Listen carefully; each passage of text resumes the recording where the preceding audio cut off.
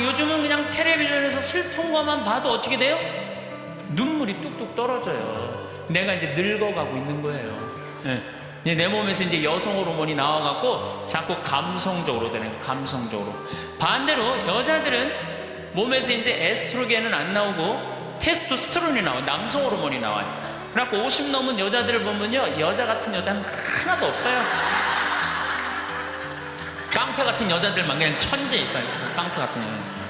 그냥 몸에서 근데 에스트로겐이 빠져나가면은요, 여성 호르몬이 빠져나가면은요, 기억력도 같이 빠져나간대요. 기억력도. 그래갖고 그냥 장을 보러 나가야 되는데 그냥 지갑을 어디다 놔뒀는지 알 길이 없는 거야. 온 집안을 다 뒤져도 지갑이 없는 거예요. 그래갖고 열받는다고 냉장고 딱 열어보니까 김치통 위에다 지갑 딱 올려놔. 아이고, 내가 왜 이럴까? 내가 왜 이럴까? 심지어는 어떤 분은 막 1층에서 2층 올라가면서 올라가는 중간에 무슨 일을 하러 올라가는지 까먹는 분도 계세요. 그런 분들 많죠?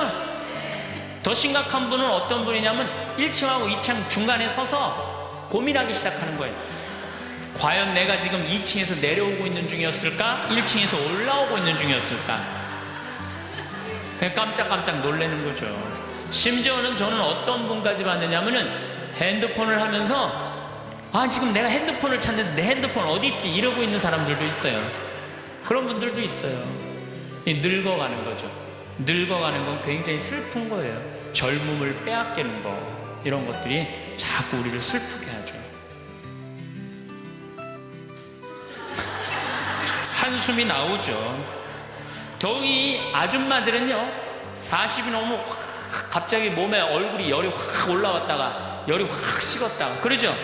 감정의 기복도요, 막 기뻤다가 슬펐다가 분명해요.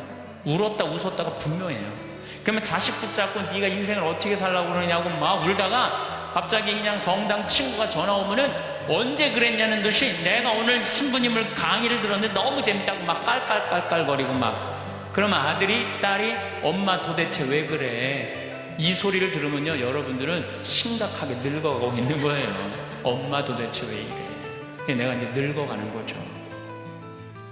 그럴 때 우리 인간은 외로움을 느낀다는 거죠. 또 우리가 언제 외로울까요? 아플 때 외롭다 그래요. 아플 때. 구약의 유명한 욥은 온몸에 종기가 나서 사람들이 자기를 무시할 때 이런 노래를 부릅니다. 내 형제들은 내게서 멀어지고 내 친구들은 남이 되어 버렸다네.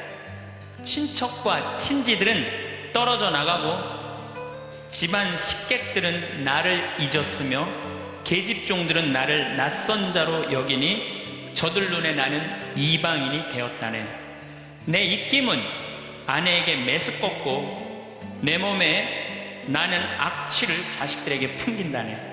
어린 것들조차 나를 업신여기고 내가 일어서려고만 해도 나를 두고 비아냥거리네. 내게 가까운 동아리도 모두 나를 역겨워하고 내가 사랑하는 자들도 내게 등을 돌리는구려. 이 아픔은요, 이게 우리 인간이 아직 가장 서러울 때가 아플 때예요. 그건 내 남편도 필요 없고 자식도 필요 없을 때가 굉장히 많죠. 그렇죠? 아플 땐 그래요. 어떤 분이 그런 얘기를 하더라고요. 나하고 나이가 비슷한 분인데 자기가 고등학교 때 엄마가 참 자기를 사랑했는데도 불구하고 하루는 굉장히 토했대요.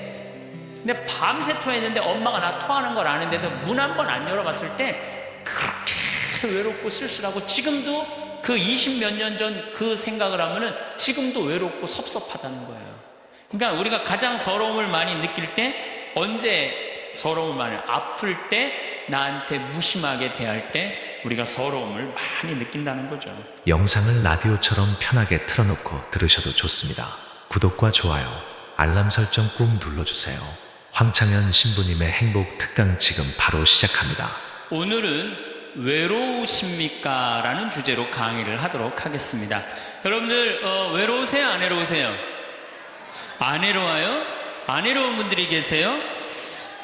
외롭죠? 사실은 여기 계신 분들 중에 단 한 분도 안 외로우신 분은 없어요.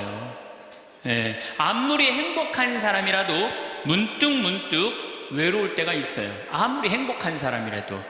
여러분들 낙엽이 막 떨어지고 막 바람에 그냥 낙엽이 스산하게 막 날릴 때 그거 보면은 마음이 왠지 좀 쓸쓸하고 외롭지 않으세요? 예. 한 입을 덮고 사는 남편이 어느 날 그냥 등 돌리고 말도 안 하고 그냥 그러고 있으면은 외로워요, 안 외로워요? 우리 인간은요, 고독할 수밖에 없어요. 얼마 전에 또 행복, 자살이라는 말을 거꾸로 하면은 살자라는 말이다라고 강의를 했던 이 최윤희 씨가 루푸스 병에 걸려갖고 어떻게 했죠? 자살했어요. 너무 아프기 때문에. 그런데 이 최윤희 씨는 자살을 했는데 남편이 어떻게 따라 죽었죠? 저는 어떻게 보면 최윤희 씨가 이 목숨을 끊은 건 우리 교회법적으로 교회가 가르치는 거에 안 맞죠. 여러분들, 내가 병이 들어갖고 이제 막 죽기 일보 직전이야. 그래갖고 남편한테 여보, 나 죽으면 당신 어떻게 할 거야? 근데 남편이 난 당신 없으면 못 살아. 당신 없으면 난 따라 죽을 거야. 그럼 여러분들 그 말 들어도 좋아요, 안 좋아요? 좋죠? 아, 나 죽는데 따라 죽는다는데 얼마나 마음 위로가 돼요. 근데 사실 따라 죽을 수 있는 남편 몇 명이나 될 것 같아요, 여러분들 죽으면은? 없어요? 어쨌든 아무리 행복론을 강의했던 그 당사자도 그 병이라는 그 고통에 이기질 못했던 거죠. 그 예수님은 외로웠겠어요, 안 외로웠겠어요? 예수님도 외로웠어요. 예수님이요, 이 뭐라고 그러셨냐면, 오늘 루카복음에 말씀이 나오지만은 예수님이 갈릴레아에서 예루살렘으로 올라가는데 중간에 사마리아라는 지역을 지나가면 지름길로 가세요. 그러니까 그 사마리아라는 동네를 딱 들어가려고 그러니까 사마리아 사람들이 예수님이 예루살렘에, 이 사마리아하고 예루살렘 사람들은 원수지간이에요. 그러니까 우리 동네를 지나서 예루살렘에 올라가는 걸 용납을 안 하세요. 용납을 안 합니다, 사마리아 사람들이. 그래서 우리 마을에 못 들어오게 해요. 그러니까 그냥 야고보하고 요한이 너무너무 화가 나갖고 뭐라고 그랬냐면, 주님, 하늘에서 불을 내려다가 살라버릴까요? 그냥 불질러 버린다는 거죠. 우리를 안 받아들이니까. 그런데 예수님이 그들을 꾸짖고 돌아가세요. 그 마을을 돌아가시고 난 다음에 그 마을 지나서 이런 말씀을 하세요. 하늘의 새도 보금자리가 있고 여우도 굴이 있지만 사람의 아들은 머리 둘 곳조차 없다. 이렇게 말씀하세요. 아니, 온 세상의 임금님이신 예수님조차도 이 세상에서 사시면서 뭐라고 그랬어요? 하늘의 새도 보금자리가 있고 여우도 굴이 있는데 사람의 아들은 머리 둘 곳조차 없다. 예수님도 외로우셨는데 여러분들이 뭐라고 안 외로워요? 예. 본당 신부님들이 가끔 사제가 돼서 본당 사목을 하다가 교우들하고 갈등을 일으켜요.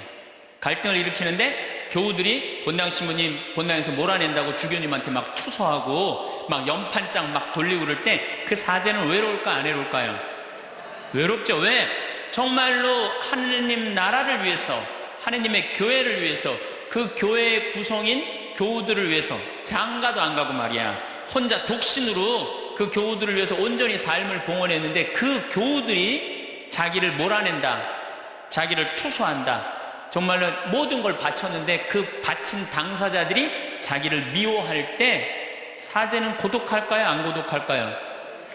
고독할 수밖에 없어요. 예수님 역시 가난하고 불쌍한 이들을 위해서 착한 일을 하는데도 유다인들은 예수님께 돌을 집어 던지려고 그래요. 예수님을 미워했어요. 그래서 요한복음 7장을 보면은 예수님이 5,000명을 먹이고 막 기적을 일으키다가 사람들이 마음이 바뀌어갖고 예수님을 죽이려고 그래요. 그러니까 예수님이 요한복음 7장 1절에 뭐라고 그러냐면은 유다를 다니지 않고 갈릴레아에 숨어 다녔다고 그래요. 숨어 다녔다고. 드러나지 않게 다니십니다. 왜? 그들이 당신을 미워하는 걸 아시고 예수님이 드러나지 않아요. 그러니까 너무너무 사랑하는데 나를 미워하면은 여러분들 쓸쓸할 것 같아요, 안 쓸쓸할 것 같아요? 여러분들, 남편을 내가 너무너무 사랑해. 남편을 너무너무 사랑하는데 남편이 나를 미워해. 내가 남편을 너무너무 좋아하는데 남편이 나를 미워해. 그러면은요, 그거 고독은요, 이루 말할 수가 없어요. 우리가 언제 주로 살아가면서 고독할까요? 첫 번째 외로움을 느끼는 것은 사랑하는 사람에게서 버림받았을 때 외로움을 느낀다 그래. 사랑하는 사람, 부모님한테 버림받은 사람들 많죠. 부모님한테 버림받은 사람들 얼마나 많아요. 요즘 보육원에 그냥 자기 아이 버리고 그냥 가는 부모님들 얼마나 많아요. 그리고 이혼하고 그냥 엄마가 보따리 싸들고 그냥 도망가는 엄마들 얼마나 많아요. 그런 아이들 상처가 얼마나 크겠어요. 세상에 천하에 엄마가 나를 버렸다, 아버지가 나를 버리고 갔다, 그들의 마음의 상처는 이루 말할 수가 없죠. 또 사랑하는 애인이 배반하고 가버렸어. 사랑하는 애인이 배반하고 가버렸어. 그러면은 아파요, 안 아파요? 아프죠? 친구가 나를 배반하고 가버렸어. 이거 굉장히 괴로운 거예요. 내가 정말로 너무너무 사랑하는데 결혼하고 싶은 정말로 남자가 있어. 근데 부모님이 반대해갖고 헤어져야 돼. 아파요, 안 아파요? 굉장히 아파죠. 그래서 심지어 그 위대한 다윗도 아들 압살롬이 반란을 일으켜요. 아들이 압살롬이라는 아들이 있는데 반란을 일으켜갖고 다윗이 도망 나갑니다. 예루살렘에서 그냥 급히 도망을 나가면서 이런 시를 불러요. 시편 3편에 주님, 저를 괴롭히는 자들이 어찌리 많습니까? 저를 거슬러 일어나는 자들이 많기도 합니다. 하느님께서 저자를 구원하실성 싶으냐? 저를 빈정대는 자들이 많기도 합니다. 이런 얘기를 해요. 그러니까 다윗도 결국은 누구한테 버림을 받기 시작하냐면 아들한테 버림을 받아요.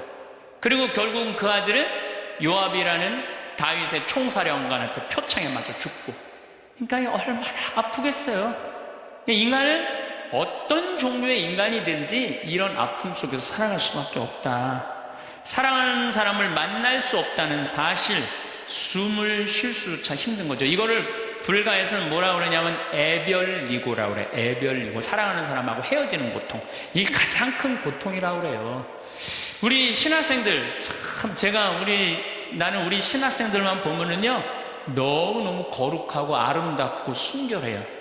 고등학교 3학년 딱 졸업하고 얼마나 하고 싶은 게 많겠어요. 그런데 하느님의 나라를 위해서 신학교 딱 들어갔단 말이야. 그러면 신학교 1, 2학년들 보면요 너무너무 순수하고 아름다워 보여요. 그 나만 아름다워 보이겠어요? 우리 여러분들 보면 이쁘겠어, 안 이뻐? 우리 신학생 1, 2학년 학사님들 보면 이쁘죠? 여러분들만 이쁘겠어요? 20살, 21살 된 여자애들은 이쁠 것 같아요, 안 이쁠 것 같아요? 신학생들이 너무너무 매력이 있잖아요. 그래갖고 가까이 가고 싶고 자꾸 만나고 싶단 말이야. 그냥 고등학교 때까지는 공부하다가 모르다가 그냥 신학생들도 딱 신학생이 돼갖고 그냥 이쁜 아가씨가 자꾸 옆에 있으면 마음이 끌릴 것 같아요, 안 끌릴 것 같아요? 끌릴 수밖에 없어요. 사람은요 어쩔 수가 없어요. 그래갖고 한 2년 만나다 보면은요 이게 이때부터 갈등하기 시작하는 거예요. 내가 사제가 돼야 되는데 왜 자꾸 저 여자한테 마음을 빼앗기나. 그래갖고 그냥 그때부터 고민하기 시작하는 거예요. 하느님을 선택할 것이냐, 여자를 선택할 것이냐. 그래서 신학교에서는 재미난 말이 있어요. 2말 3초라고 그래.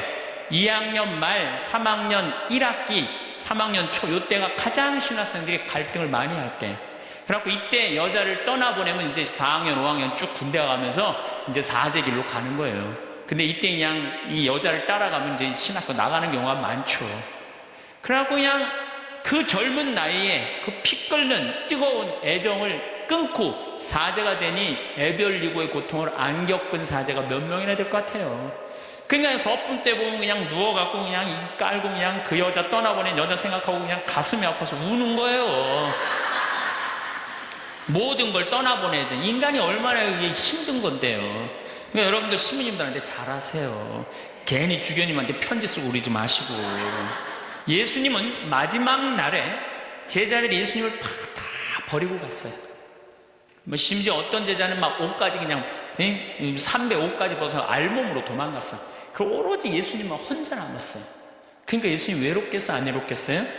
외롭죠. 그러니까 예수님은 이런 말씀을 하신 거예요. 하늘의 새도 보금자리가 있고 여우도 굴이 있는데 사람의 아들은 머리 둘 곳조차 없다. 그건 맞는 말씀이에요. 두 번째, 우리가 주로 언제 외로워? 어느 누구에게도 도움을 받을 수 없을 때 우리는 외로워요. 내 아들이 정말 병이 걸려갖고 이제 수술을 해야 되는데 병원비가 없어. 그래갖고 그냥 정말로 친하다는 친구한테 가갖고 우리 아들이 지금 수술을 해야 되는데 병원비가 없으니까 병원비 좀 꿔줘. 정말 친하다고 생각했던 친구가 이런 지하에 나는 돈 없어. 미안해. 그리고 그냥 돌아서 나올 때 쓸쓸합니까? 안 쓸쓸합니까?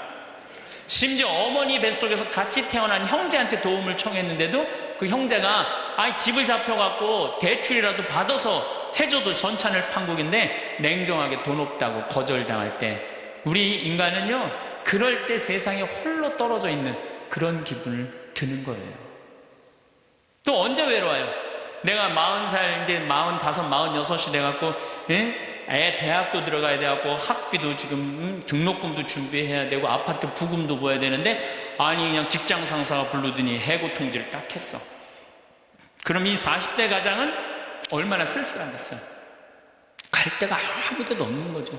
대학이라고 졸업은 해놨는데 나를 필요로 하는 데가 아무 데도 없네. 아무리 그냥 원서 지원서를 100통을 써도 그냥 나한테 연락해주는 사람 하나도 없어.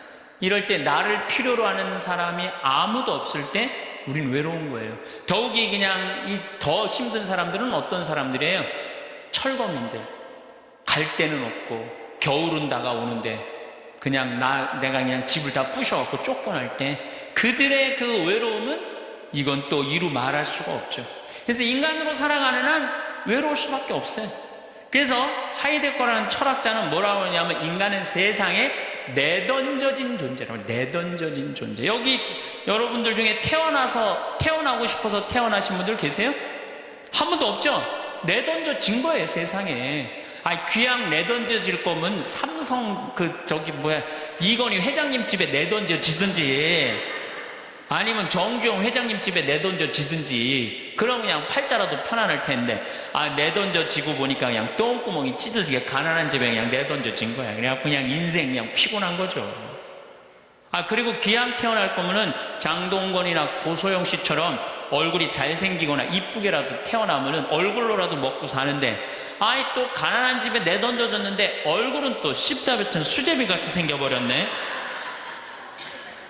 요즘은 그냥 막 텔레비전 이런 시대 아니에요. 그래갖고 그냥 키 크고 잘생기고 이런 거에 그냥 뭐든지 그냥 사람들이 그냥 눈이 멀어 있잖아요. 근데 그냥 생긴 건 씹다 뱉은 수제비 같이 그냥 이렇게 살아가는 사람들은 인생을 힘들게 살아갈 수밖에 없다는 거예요. 그런데 그런 사람들이 95%가 그렇다는 거예요. 95%. 저나 여러분이나 내가 항상 하는 얘기지만 내 얼굴 이거 씹다 뱉은 수제비 같이 생겨갖고 이거 얼굴로 먹고 살기는 틀린 거죠. 다 평범하게 태어나는 거죠. 또 우리 언제 외로워요? 말이 안 통할 때 외로워요. 남편하고 말이 안 통할 때, 자식하고 말이 안 통할 때, 특별히 가족 간에 말이 안 통할 때 참 외로워요. 제가 미국에 강의를 한 2년 동안 이렇게 쭉 다녀보니까 깜짝 놀라는 일이 있어요. 엄마 아빠는 영어를 못하고 애들은 영어만 하는 거예요. 그러니까 애들은 그냥 막 영어를 너무너무 잘하고 애들 하는 말을 엄마 아빠가 못 알아듣는 거예요. 그러니까 엄마 아빠하고 말이 안 통하는 거 애들하고 기본적인 거 밥 먹어라 학교 갔다 와라 이거 외에는 말이 안 통하는 애들이 참 많더라고요. 정말로 그건 이제 점점 외로워지는 거죠. 그래서요 뉴욕에요 60세 넘은 할머니 할아버지들이 작년에 한 60명이 자살을 했대요. 외로우니까. 우리 생태마을에 교감 선생님이 3개 국어를 해요. 생태학교라는 걸 운영하거든요. 3월달부터 12월달까지 우리 농사 짓고 기숙사 생활하고 생태 영성 배우고 이런 생태학교를 운영하는 이제 교감 선생님이 미국에서 스카웃을 해왔어요. 스카웃을 해왔는데 이 교감 선생님 아들이 미국 콜롬비아 대학 4년 장학생이에요. 미국에서 태어난 거죠. 애는 나도 한번 만나봤는데 애가 굉장히 괜찮아요. 근데 얘가 이제 아버지 생일날 카드를 보낸 거예요.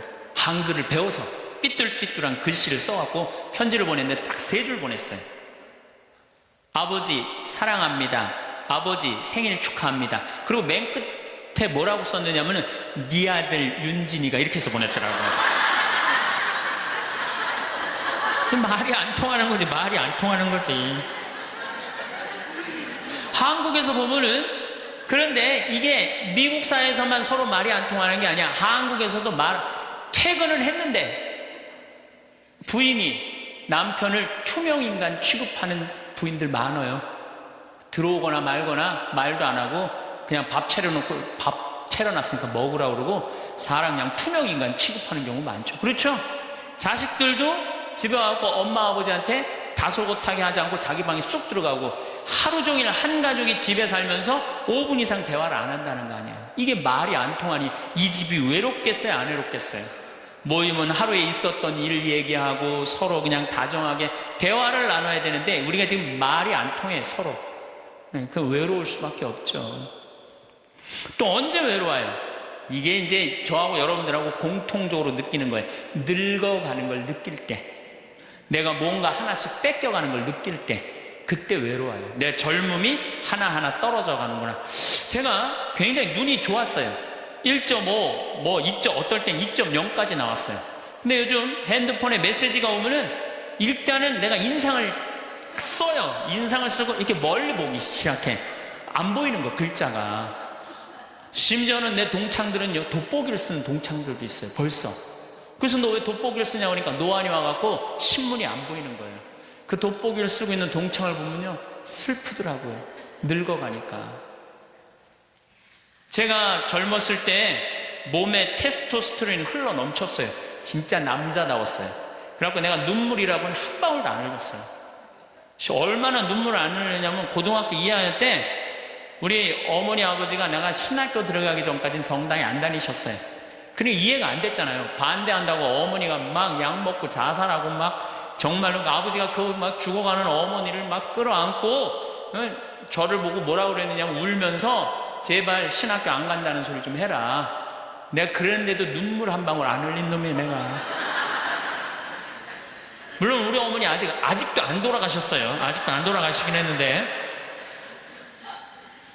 그런데 내가 나이가 46인데 이상한 일이 벌어졌어요.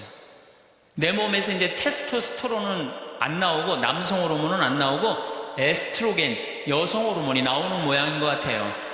지난 2월 달에 우리 김연아 선수가 동계올림픽 금메달 땄잖아요. 따갖고 그냥 더욱이 또 우리 세례 받았잖아. 그냥 내 딸이 그냥 금메달 따갖고 그냥 동해물가 올라가는데 그냥 그 묵주 반지가 딱 보이는데 눈물 한 방울 딱 떨어지는데, 아니 김연아 선수 눈물 한 방울 떨어지는데 왜 내 눈에서 눈물 10방울이 떨어져? 자동이야, 자동. 요즘은 그냥 텔레비전에서 슬픈 것만 봐도 어떻게 돼요? 눈물이 뚝뚝 떨어져요. 내가 이제 늙어가고 있는 거예요. 네. 내 몸에서 이제 여성 호르몬이 나와갖고 자꾸 감성적으로 되는 거예요. 감성적으로. 반대로 여자들은 몸에서 이제 에스트로겐은 안 나오고 테스토스테론이 나와요. 남성 호르몬이 나와요. 그래갖고 50 넘은 여자들을 보면요, 여자 같은 여자는 하나도 없어요. 깡패 같은 여자들만 그냥 천재 있어요. 깡패 같은 여자. 그냥 몸에서 근데 에스트로겐이 빠져나가면은요, 여성 호르몬이 빠져나가면은요, 기억력도 같이 빠져나간대. 기억력도. 그래갖고 그냥 장을 보러 나가야 되는데 그냥 지갑을 어디다 놔뒀는지 알 길이 없는 거야. 온 집안을 다 뒤져도 지갑이 없는 거예요. 그래갖고 열받는다고 냉장고 딱 열어보니까 김치통 위에다 지갑 딱 올려놔. 아이고 내가 왜 이럴까, 내가 왜 이럴까. 심지어는 어떤 분은 막 1층에서 2층 올라가면서 올라가는 중간에 무슨 일을 하러 올라가는지 까먹는 분도 계세요. 그런 분들 많죠? 더 심각한 분은 어떤 분이냐면 1층하고 2층 중간에 서서 고민하기 시작하는 거예요. 과연 내가 지금 2층에서 내려오고 있는 중이었을까? 1층에서 올라오고 있는 중이었을까? 깜짝깜짝 놀라는 거죠. 심지어는 저는 어떤 분까지 봤느냐면은 핸드폰을 하면서 지금 내가 핸드폰을 찾는데 내 핸드폰 어디 있지? 이러고 있는 사람들도 있어요. 그런 분들도 있어요. 늙어가는 거죠. 늙어가는 건 굉장히 슬픈 거예요. 젊음을 빼앗기는 거, 이런 것들이 자꾸 우리를 슬프게 하죠. 한숨이 나오죠. 더욱이 아줌마들은요, 40이 넘으면 갑자기 몸에 얼굴이 열이 확 올라왔다가 열이 확 식었다가 그러죠. 감정의 기복도요, 막 기뻤다가 슬펐다가 분명해요. 울었다 웃었다가 분명해요. 그러면 자식 붙잡고 네가 인생을 어떻게 살라고 그러냐고 막 울다가 갑자기 그냥 성당 친구가 전화 오면은 언제 그랬냐는 듯이 내가 오늘 신부님을 강의를 들었는데 너무 재밌다고 막 깔깔깔깔거리고 막. 그러면 아들이 딸이 엄마 도대체 왜 그래? 이 소리를 들으면요 여러분들은 심각하게 늙어가고 있는 거예요. 엄마 도대체 왜 이래? 내가 이제 늙어가는 거죠. 그럴 때 우리 인간은 외로움을 느낀다는 거죠. 또 우리가 언제 외로울까요? 아플 때 외롭다 그래요. 아플 때. 구약의 유명한 욥은 온몸에 종기가 나서 사람들이 자기를 무시할 때 이런 노래를 부릅니다. 내 형제들은 내게서 멀어지고 내 친구들은 남이 되어 버렸다네. 친척과 친지들은 떨어져 나가고 집안 식객들은 나를 잊었으며 계집종들은 나를 낯선 자로 여기니 저들 눈에 나는 이방인이 되었다네. 내 입김은 아내에게 메스껍고 내 몸에 나는 악취를 자식들에게 풍긴다네. 어린 것들조차 나를 업신여기고 내가 일어서려고만 해도 나를 두고 비아냥거리네. 내게 가까운 동아리도 모두 나를 역겨워하고 내가 사랑하는 자들도 내게 등을 돌리는구려. 이 아픔은요 이게 우리 인간이 아직 가장 서러울 때가 아플 때예요. 그건 내 남편도 필요 없고 자식도 필요 없을 때가 굉장히 많죠. 그렇죠? 아플 땐 그래요. 어떤 분이 그런 얘기를 하더라고요. 나하고 나이가 비슷한 분인데 자기가 고등학교 때 엄마가 참 자기를 사랑했는데도 불구하고 하루는 굉장히 토했대요. 근데 밤새 토했는데 엄마가 나 토하는 걸 아는데도 문 한 번 안 열어봤을 때 그렇게 외롭고 쓸쓸하고 지금도 그 20몇 년 전 그 생각을 하면은 지금도 외롭고 섭섭하다는 거예요. 그러니까 우리가 가장 서러움을 많이 느낄 때 언제 서러움을 많이 아플 때 나한테 무심하게 대할 때 우리가 서러움을 많이 느낀다는 거죠. 그래서 시편 69편에 이런 얘기가 있어요. 하느님 저를 구하소서. 목까지 물이 들어찼습니다. 깊은 수렁 속에 빠져 발 디딜 데가 없습니다. 물속 깊은 곳으로 빠져 물살이 저를 지칩니다. 소리 지르느라 지치고 저의 목도 쉬었습니다. 저를 까닭없이 미워하는 자들이 제 머리카락보다 많습니다. 제가 빼앗지도 않았는데 물어내라 합니다. 저는 제 형제들에게 남이 되었고 제 어머니의 소생들에게 이방인이 되었습니다. 물살이 저를 지치지 못하고 깊은 물이 저를 집어삼키지 못하며 심연이 저를 삼켜 그 입을 다물지 못하게 하소서. 인간은 이렇게 누구나 다 힘들고 외롭다는 거예요. 하다못해 같은 이불을 덮고 사는 남편도 내 마음 몰라주고 나 비난하고 몰아세울 때 우리는 외롭고 고독해서 극단적인 방법을 선택하기도 해요. 여러분들 어때요? 우리 여기 자매님들 많으신데 남편 생일에 미역국 끓여주고 자식 생일에 미역국 끓여주고 시부모 생일에 미역국 다 끓여줬어. 근데 정작 내 생일을 미역국 끓여주는 사람 있어요? 네, 없죠? 그래도 내 생일인데 그래도 그냥 생일이니까 그냥 미역국 자기가 이제 끓이는 거야. 근데 아무도 몰라. 미역국 왜 끓였어? 그리고 앉아서 먹는데 그냥 그 미역국을 떠서 먹는데 눈물이 뚝뚝 미역국에 떨어져요? 안 떨어져요? 아무도 나를 몰라줄 때. 그래서 외로움을 많이 느끼는 분들이 여성 주부들이 많이 느낀대요. 애들은 공부하러 학교 다니고 남편은 직장 다니고 빈집을 지키고 있으면 그렇게 쓸쓸하대요. 그래서 이걸 뭐라고 그러냐면은 빈둥지 증후군이 있대요. 빈둥집 증후군. 빈둥지에서 그냥 혼자 그냥 굉장히 그러니까 40대 때 주부 우울증이 그렇게 많은 거예요. 네, 그분들이. 그런데 놀랍게도 독신으로 사는 여성보다는 결혼한 여성이 더 외롭대요. 독신으로 사는 혼자 사는 여자는 자기가 처음부터 외로울 거라고 생각을 하고 혼자 그냥 미역국 끓여 먹으면 당연하게 생각을 하는 거야. 근데 결혼한 사람은 바라는 게 많잖아요. 근데 남이 안 해주면 더 외로운 거야. 근데 놀랍게도 더 놀라운 건 뭐냐? 40대 자살률을 보면은 여자보다도 남자가 3배 더 많이 죽는데요. 그러니까 여러분들보다 누가 더 많이 외로움을 탄다고 생각하시면 돼요? 남자가 더 많이 탄다고 생각합니다. 이 인간이 다 외로운 거야. 어떻게 보면 다 불쌍해. 여기 있는 분들 한 분 한 분 예수님 오면 다 안아줄 거야. 너 그동안 외로웠구나. 내가 안아주마. 다 그럴 거예요.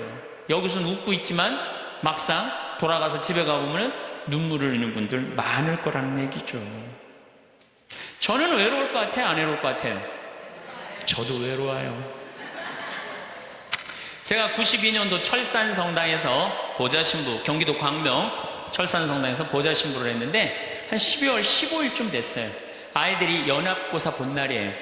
그래갖고 저녁 먹고 이제 성당을 이렇게 산책을 하는데 지하실에서 뭐 난리도 아니에요. 뭐 의자 부시는 소리에 뭐 비명 소리에 정신이 하나도 없더라고요. 그래서 내려가서 보니까 아이들이 소주를 먹고 어떻게 하느냐면은 뭐 난리도 아니야. 뭐 자기네들끼리 의자를 부시고 끌어안고 울고 별놈이 다 있더라고요.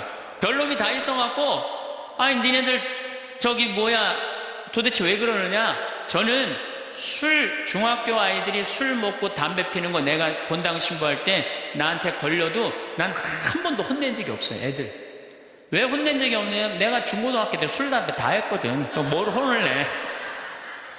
그래서 야 니네들 사제관에 좀 올라와 봐라.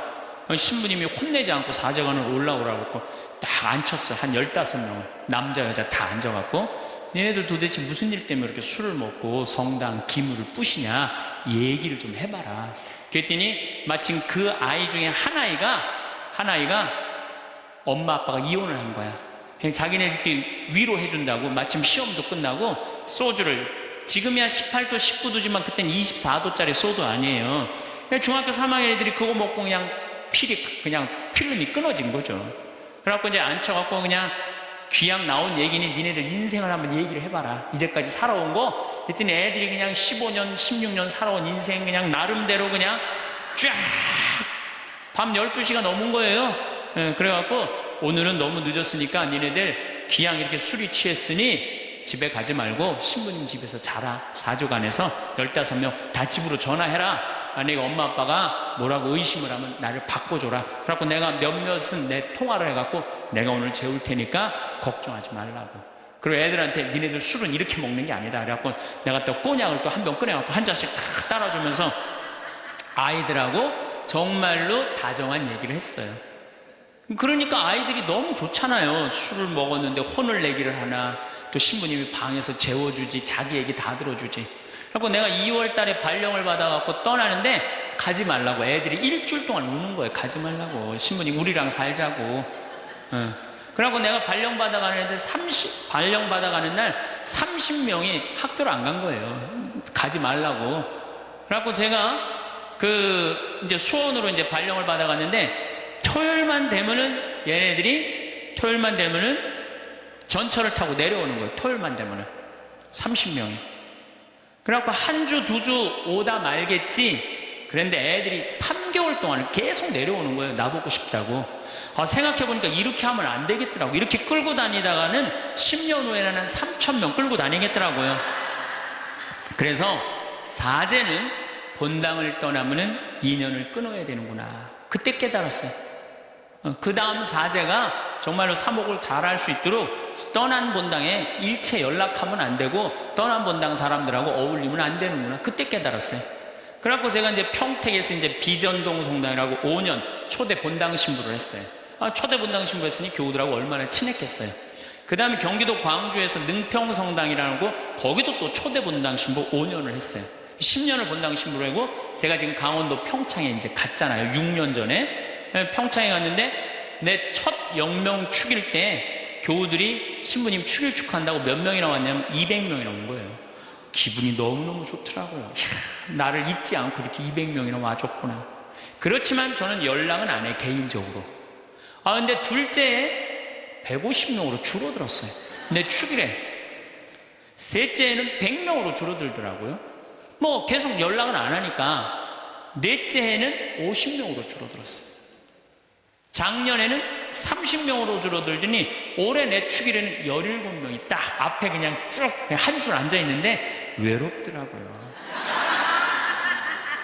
근데 사실은 그 200명에서 17명까지 줄어들 때 누가 연락을 안 하고 산 거예요? 내가 연락 안 하고 산 거예요. 사실은 그 외로움을 누가 먼저 만들었냐면 내가 먼저 만드는 거예요. 여러분들 외로운 분들 보면은요, 사실은 어떻게 보면은 다 본인이 담을 쌓고 살기 때문에 외로운 거지, 본인이 마음에 담을 허물면요 절대 안 외로워요. 근데 담 쌓고 사는 경우 많죠. 형제나 친척이 잘못하면은 내가 니네들하고 연락하고 사나 봐라, 그리고 딱 인연 끊어버리잖아요. 그러니까 우리가 외로움은 점점 우리를 더 힘들게 만들어요. 대한민국 사람들이 굉장히 외로운 것 같아요. 대한민국의 명장면이 하나 있어요. 저는 이해가 안 가는 장면 하나 있어요.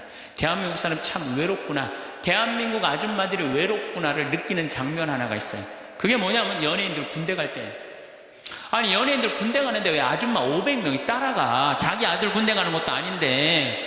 그래갖고 그냥 거기다가 막 기다린다고 그러고. 그러니까 어디 마음을 열어놓을 데가 없는데 그 연예인한테 마음을 열어놓고 사는데 그 연예인 2년 동안 안 보인다고 그러니 얼마나 슬퍼. 그러니까 그 앞에서 우는 거예요. 참 그 슬픈 장면이죠. 이렇게 만만치 않은 인생살이 살아가기 힘들 때 사람들은 극단적인 방법을 택합니다. 너무 외로울 때, 절망이 끝에 달할 때, 키에르 케고로라는 철학자는 죽음에 이르는 병을 절망이라고 해요. 절망. 외로움에서 끝에 아무도 내 옆에 없구나, 이런 절망에 할 때 죽음에 이른다는 거죠. 근데 우리나라는 놀랍게도 자살률이 세계 1위예요. OECD 국가 중에 자살률이 세계 1위예요. 얼마나 많이 죽느냐 하면은 1년에 15,413명이 죽어요. 1년에. 그러니까 무슨 얘기냐면은 하루에 50명씩 죽는다는 얘기예요. 하루에 50명씩. 그것도 자살로 50명씩 죽는 거야. 초중고등학교 학생 자살 세계 1위예요. 하루에 거의 1.5명씩 죽어요. 40대 자살률 세계 1위예요. 하루에 거의 8명씩 죽어요. 60대 자살률 세계 1위예요. 하루에 12명 정도 죽어요. 더욱이 60세 우리 할머니 할아버지들 30대 40대 이 죽는 거의 원인의 1위는 뭐냐면요, 자살이에요. 자살. 근데 60세는 10만 명당 미국이 10명에서 11명 자살합니다. 일본이 10만 명당 35명 자살해요.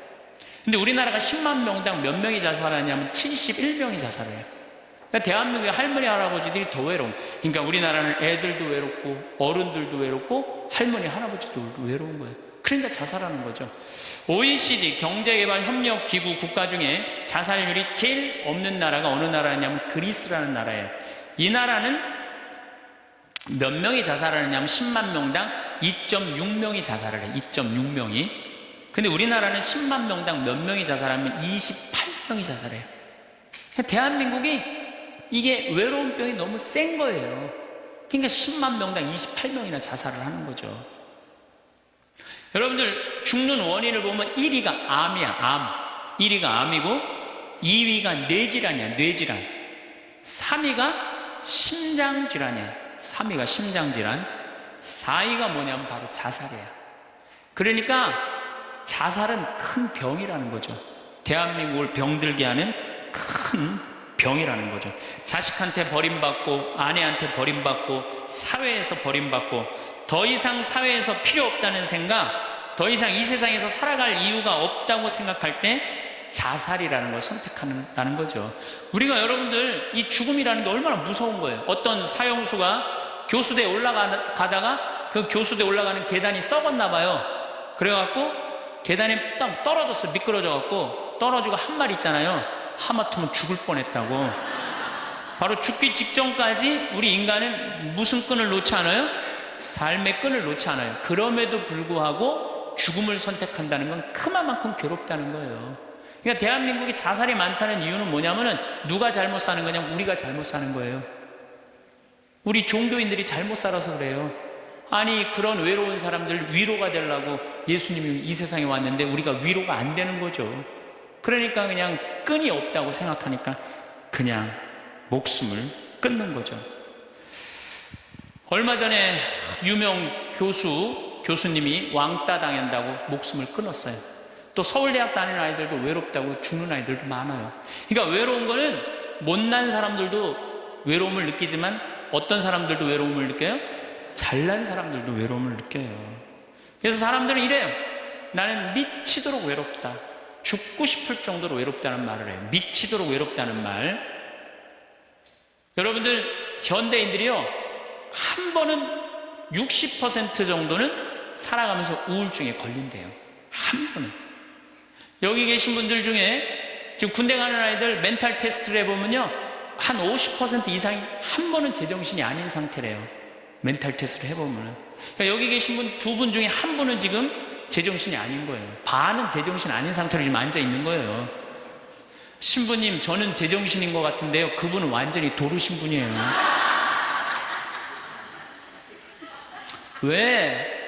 왜 제정신이 아닌 상태에서 우리가 지금 살고 있느냐? 텔레비전 보면요, 기가 막힌 거 많이 나와요. 보험금 타먹는다고 한 10년 전에 자식 손가락 자른 아버지 생각나시죠? 네. 그리고 얼마 전에는 초등학교, 중학교 애들이 초등학교를 발로 차갖고 그냥 공중에 뜬 거 재밌다고 동영상 찍어갖고 올려놓은, 그 제정신이에요? 제정신 아니에요? 제정신 아니에요. 부모가 자식 죽이고, 자식이 부모 죽이고, 남편이 아내 죽이고, 아내가 남편 죽이고, 이게 우리가 다 제정신이 아니에요. 100년 전 조선시대 사람들을 데려다 놓고, 100년 전 조선시대 사람을 데려다 놓고 한번 여러분들 요즘 사회 뉴스를 한번 보게 하세요. 그 사람 미칠 것 같아요? 안 미칠 것 같아요? 근데 여러분들은 그거 매일 죽이고 살인하고 강간하고 뭐 아이들 막 성추행하고 이러는 거 보는데도 여러분들 왜 안 미쳐요? 이미 어느 정도 미쳐 있어. 미쳐 있기 때문에 그걸 봐도 안 이상한 거예요. 그러니까 우리가 잃어버린 마음을 찾아야 된다는 거죠. 잃어버린 마음을. 그러니까 외로운 사람들끼리 서로 모여서 서로 위로가 돼야 되는데, 외로운 사람들이 뭘 하느냐면 컴퓨터 게임에 미쳐 있는 거예요. 컴퓨터 다 사람은 안 만나고 기계만 만나는 거예요. 그러니까 더 미치는 거죠. 더 미치는 거예요.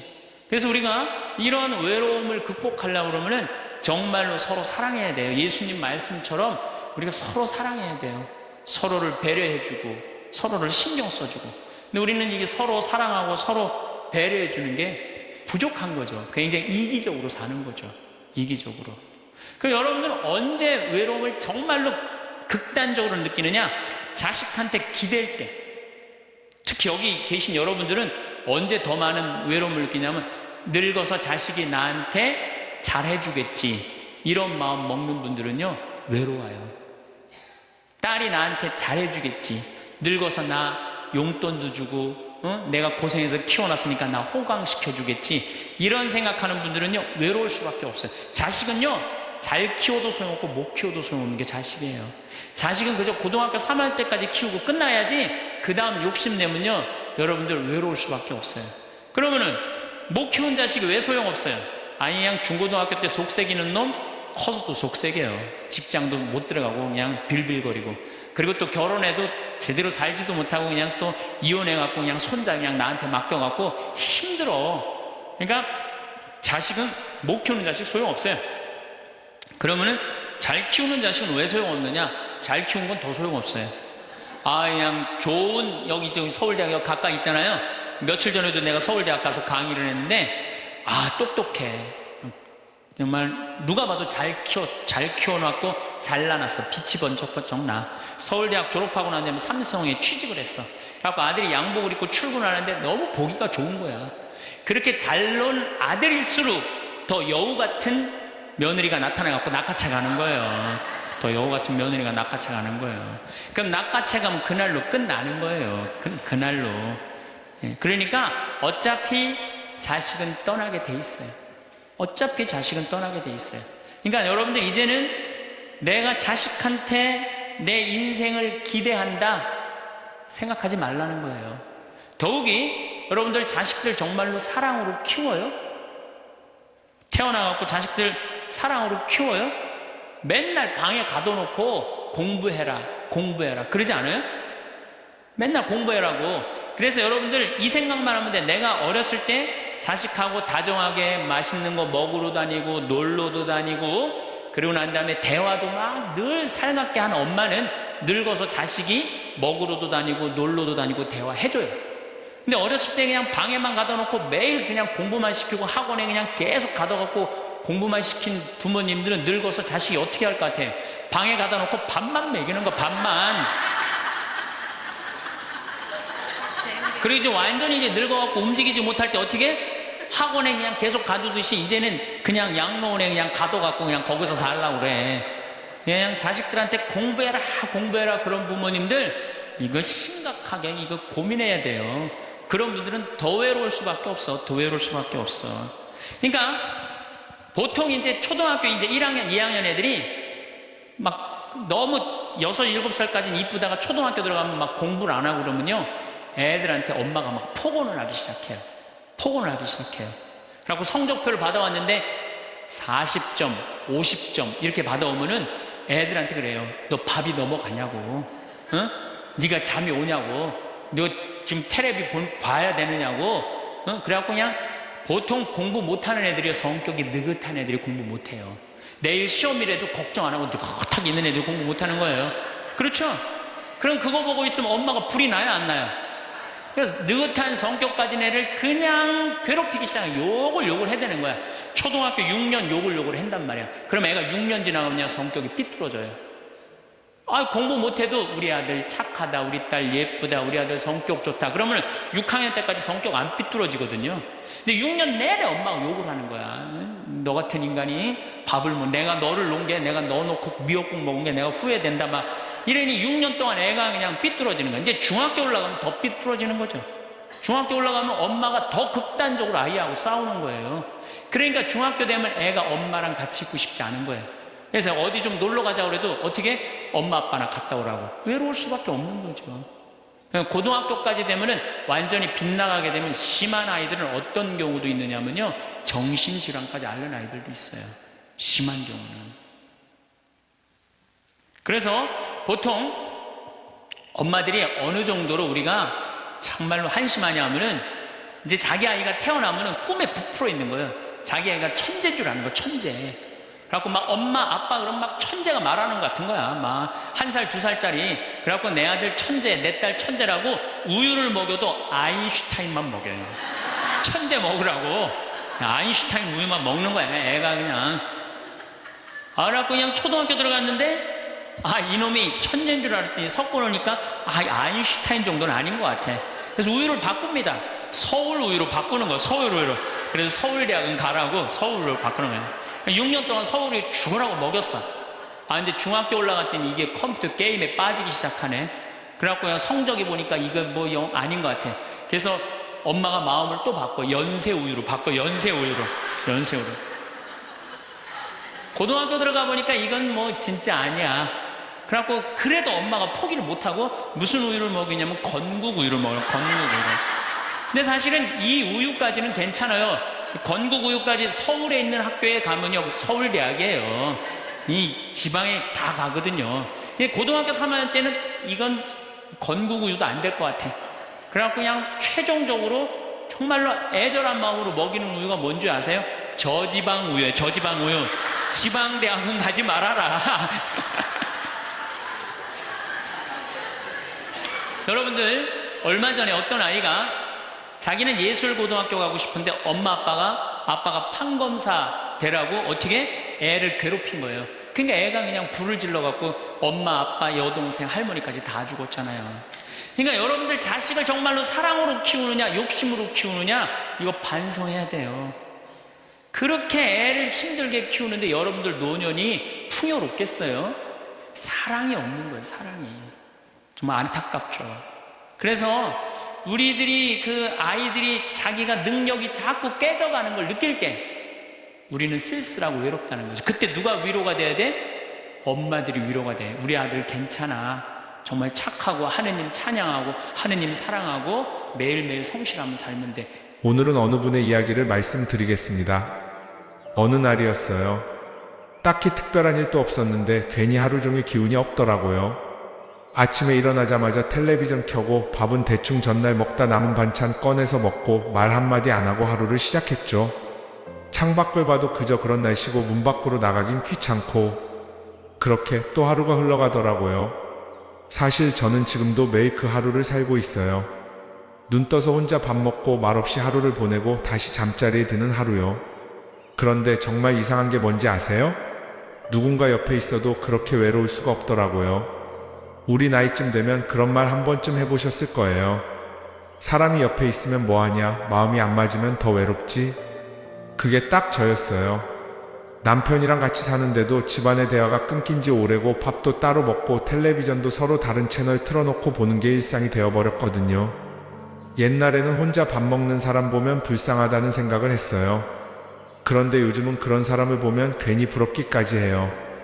혼자인 걸 자연스럽게 받아들이고 혼자서도 잘 살아가는 모습이 더 당당해 보여서요. 처음엔 나만 이런 건가 싶었어요. 그런데 아는 언니들, 동네에서 가끔 마주치는 분들 이야기 들어보면 다 거기서 거기더라고요.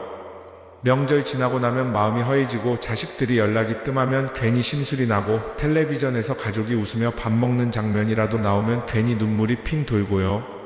언젠가 친구 하나가 그러더라고요. 요즘은 눈물 날 일도 없어서 그게 더 슬퍼. 그 말이 왜 이렇게 마음에 와닿던지요. 감정이라는 것도 너무 오래 눌러놓으면 아예 무뎌지는 것 같아요. 괴로운 것도 서글픈 것도 아닌데 그냥 텅 빈 느낌? 딱히 슬프지도 않은데 웃을 일도 없고 그러다 보니 내가 지금 잘 살고 있는 건가 그런 생각까지 들더라고요. 사람들이 그러죠. 외로우면 친구를 만나라고, 가족을 찾으라고. 그런데 그게 말처럼 쉽지 않잖아요. 친구들도 바쁘고 자식들한테는 괜히 짐 되는 것 같고 전화기만 들고 한참을 망설이다가 그냥 끊어버린 적도 한두 번이 아니에요. 문자라도 보내볼까 하다가 읽고 답장 안 오면 더 서운할까봐 마음 접은 적도 많고요. 그렇게 마음을 닫다 보니 어느 순간부터는 사람 만나는 것도 피하게 되더라고요. 괜히 내가 더 초라해지는 것 같고 웃는 척하는 것도 힘들고 그런 날들이 쌓이다 보니까 이제는 혼자 있는 게 편하다는 말이 익숙해졌어요. 근데 그 말 진짜일까요? 편하다는 말 뒤에는 사실 아무도 기대하지 않겠다는 포기와 단념이 숨어 있지 않을까요? 기대해봤자 상처만 받는다는 걸 너무 많이 겪어서 차라리 기대하지 않는 편을 선택한 거죠. 저도 그래요. 이제는 연락 없는 자식한테 서운하다는 말도 안 해요. 말 안 하면 모를 수도 있다는 걸 알면서도 그냥 참아요. 기대하지 않으면 덜 아프니까요. 그런데 이렇게 계속 참는 게 정말 괜찮은 건지 가끔은 모르겠어요. 남들은 다 잘 사는 것 같고 나만 멈춰 있는 것 같고 SNS에서 누가 여행 가고 손주랑 찍은 사진 올리는 걸 보면 괜히 허전해지기도 하고요. 그러면서도 나는 왜 이렇게 뭔가 하나 같이 나눌 사람이 없나 그런 생각에 마음이 더 쓸쓸해지죠. 예전에 상담 방송에서 한 이야기가 기억나요. 금요일이 무서운 사람 이야기였는데 이혼하고 혼자 살던 남자분이 금요일만 되면 공황이 온다는 거예요. 다들 퇴근하고 가족 품으로 돌아가는데 본인만 빈 사무실에 남겨진다는 그 사실이 너무 무섭다고요. 혼자 남겨진 그 순간이 외로움을 넘어서 공포가 된 거죠. 그 이야기 들으면서 저도 모르게 고개를 끄덕였어요. 사람 마음이라는 게 참 묘하잖아요. 혼자 있는 시간 그 자체가 괴롭진 않은데 주변이 다 함께 있을 때 나만 혼자라는 생각이 드는 순간 그게 더 서럽고 더 무서워져요. 외로움이란 게 꼭 밤에만 오는 것도 아니고요. 한낮에도 와요. 바쁘게 돌아가는 시장 한복판에서도 활짝 웃는 가족 사진 속에서도요. 오히려 그런 장면이 더 외롭게 만들죠. 나는 지금 누구와도 연결되어 있지 않다는 생각, 그게 진짜 마음을 갉아먹거든요. 어느 날은 이런 생각도 해봤어요. 내가 사라져도 누가 알까? 하고요. 물론 금세 이 생각을 털어내긴 했지만 그런 순간이 있다는 게 이미 마음이 많이 지쳤다는 뜻이겠죠. 그래서 문득 깨달았어요. 이 외로움이 그냥 감정이 아니라 병이 될 수 있겠구나.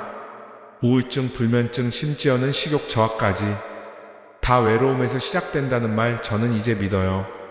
나도 모르게 마음이 축 처지고 손에 힘이 안 들어가고 웃음이 안 나오는 거 그거 다 외로움이 몸에 스며든 결과더라고요. 그럼 어떻게 해야 할까요? 누가 옆에 있어주면 좋겠지만 그건 내 마음대로 안 되잖아요. 그래서 생각했어요. 누가 내 옆에 있어주지 못한다면 나라도 내 마음을 조금은 보듬어줘야 하지 않을까?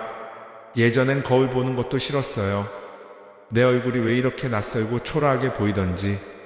그런데 이제는 하루에 한 번은 거울을 보면서 이렇게 말해보려고 해요. 수고했어. 오늘도 잘 버텼어. 이 한마디가 어쩌면 하루를 견디게 해주는 힘이 될지도 모르니까요. 저는 아직 혼자서도 괜찮다는 말에 익숙해지는 중이에요. 외로움이 당연하다는 걸 받아들이고 거기서부터 시작하려고요. 나도 외롭고 너도 외롭고 우리 모두 어쩌면 같은 마음일 수도 있겠다는 생각이 드니까 조금은 덜 무겁더라고요. 이제는 사랑보다 더 필요한 게 뭔지 알 것 같아요. 누군가가 아닌 나를 돌보는 일, 나 스스로에게 따뜻한 말을 걸어주는 일, 그게 우리가 외로움에 지지 않고 살아갈 수 있는 첫걸음이 아닐까요? 처음엔 그냥 그런 줄 알았어요. 기운이 없는 날도 있고 밤에 잠이 안 오는 날도 있고 식욕이 뚝 떨어질 때도 있고 나이 들면 다들 그렇다고 생각했거든요. 근데 어느 날 문득 그런 생각이 들더라고요. 이게 정말 단순히 나이 들어서 그런 건가? 어디가 아픈 것도 아닌데 하루 종일 몸이 축 처지고 아무것도 하기 싫고 전에는 즐겁던 일이 다 귀찮아지기 시작했어요. 밥맛도 없고 텔레비전도 시끄럽기만 하고 전화 울리는 소리조차 신경질 나고요. 누구 하나 날 찾지도 않는데 이상하게 제발 연락 좀 하지 마라 싶을 때도 있었어요. 그런데 정작 연락이 없으면 또 서운하고요. 마음이 이랬다 저랬다 한없이 뒤죽박죽이 되는 거예요. 이걸 그냥 감정 기복이라고 넘기기엔 뭔가 좀 이상했어요. 계속 이러다 보면 언젠가는 마음이 완전히 무너질 수도 있겠다는 생각이 들더라고요. 의사 선생님한테 가보니까요. 경도 우울이라는 말을 하셨어요. 이건 병까지는 아닌데요. 외로움이 오래되고 방치되면 우울로 이어질 수 있습니다. 그 말에 머리를 한 대 얻어맞은 느낌이었어요. 외로움이 병이 된다는 말을 그때 처음 들었거든요. 그냥 혼자 있는 게 외로움인 줄 알았는데 그게 내 몸까지 병들게 한다는 사실은 정말 몰랐어요. 지금 생각해보면 그 징조는 분명히 있었어요. 사람 얼굴 보기 싫어지고 통장 잔고를 괜히 몇 번씩 들여다보고 하루 종일 안 씻고 소파에만 누워있고 그게 그냥 피곤해서 그런 게 아니었던 거죠. 나중에 들은 얘긴데요. 외로움이 지속되면 심장 건강이 나빠지고 치매 발병 위험도 높아진다고 하더라고요. 실제로 미국에서는 흡연보다도 외로움이 건강에 더 해롭다는 연구도 있다던데 그 말 듣고 나니까 더 무서워졌어요. 이게 그냥 마음의 문제만이 아니라는 거예요. 몸 전체를 무너뜨릴 수 있는 병이라는 거죠. 그런데 이 병은 겉으로 잘 안 드러나요. 열도 없고 통증도 없고 어디가 찢어지거나 부러진 것도 아니니까요. 그러니 주변 사람들도 잘 몰라요. 제가 예전에 허리디스크 수술을 받았을 때는요. 사람들이 전부 안부 전화해주고 국 끓여다주고 집까지 데려다주고 그랬어요. 그런데 요즘은 몸은 멀쩡해 보이는데 마음이 병들어 있으니까 아무도 몰라주고 아무도 도와주지 않아요. 외로움이 진짜 무서운 건 그거예요. 그게 병이라는 걸 스스로도 모르고 남들도 몰라준다는 거죠. 그래서 더 외로워지고 더 깊은 구덩이로 빠져들게 되는 거예요. 한 번은 친구한테 이런 이야기를 꺼낸 적이 있어요. 나 요즘 너무 힘들다. 그냥 이유 없이 마음이 허해. 그랬더니 친구가 이러는 거예요. 야, 무슨 소리야. 너처럼 잘 지내는 사람이 어딨어. 그냥 운동이나 해. 듣자마자 말문이 막혔어요. 아, 이건 말해도 소용없는 이야기구나. 그날 이후로는 누구에게도 말하지 않기로 마음먹었어요. 사실 마음이 아픈 사람한테 운동해라, 좋은 생각해라 하는 말이 얼마나 무책임한 건지 겪어보지 않은 사람은 절대 몰라요. 그 말이 위로가 아니라 더 큰 상처가 될 때가 있거든요. 마음의 병은 누가 알아주지 않으면 진짜 오래 갑니다. 특히나 우리 세대는 그런 거 참 못 말해요. 다 참아야지 나보다 힘든 사람도 많다. 이런 말로 자기 마음을 눌러가며 살아왔잖아요. 그게 나쁘다는 건 아니에요. 그렇게라도 살아내야 했던 시절이었으니까요. 그런데 문제는 이제는 그게 더 이상 안 통한다는 거예요. 몸도 마음도 예전만큼 단단하지가 않거든요. 요즘 들어 잠이 안 와서 새벽에 깨는 일이 많아졌어요. 시계를 보면 꼭 새벽 3시쯤. 그 시간이 그렇게 낯설고 무섭더라고요. 가장 고요한 시간인데 제 마음은 가장 시끄럽고 혼란스러운 시간이었어요. 그럴 땐 괜히 창문 열고 바람 한번 쐬어보기도 하고 무작정 거실에 불 다 켜놓고 앉아있기도 해요. 근데 아무리 그래도 마음속 그 허전함은 쉽게 채워지지 않더라고요. 그러다 보니 자꾸 나쁜 생각이 들어요. 이렇게 사는 게 무슨 의미가 있나? 나 혼자 살아서 뭐하나? 그런 생각을 한 번쯤은 해보셨을 거예요. 저만 그런 거 아니라는 거 잘 알아요. 그런데요. 그런 생각이 자주 들기 시작하면 그건 정말 위험한 신호래요. 전문가들은 그걸 자기소외라고 부르더라고요. 스스로를 돌보는 일을 포기해버리는 상태. 그게 지속되면 우울증, 무기력증, 심한 경우에는 생명의 위협이 될 수도 있다고 하더라고요. 이야기를 듣고 나니 이거 진짜 내가 방치하면 안 되는 문제구나 싶었어요. 외로움이 병이 되는 그 과정, 저는 지금 그 길목에 서 있었던 거죠. 그래서 조금씩, 아주 조금씩 바꾸기 시작했어요. 먼저 하루에 한 번은 꼭 바깥 공기를 쐬기로 했어요. 동네 한 바퀴 걷는 거라도요. 햇볕을 쬐면 이상하게 기분이 조금 나아지는 것 같았어요. 그리고 내 마음 상태를 매일 한 줄이라도 적어보기로 했어요. 오늘은 기분이 가라앉는다. 아침에 눈뜨기가 무거웠다. 그냥 솔직하게 남 보여주려고 쓰는 게 아니라 나 스스로 내 마음을 알아차리기 위해서였죠. 그런 사소한 기록들이 쌓이니까 신기하게도 어느 날은 오늘은 좀 괜찮았다라는 말도 나오더라고요.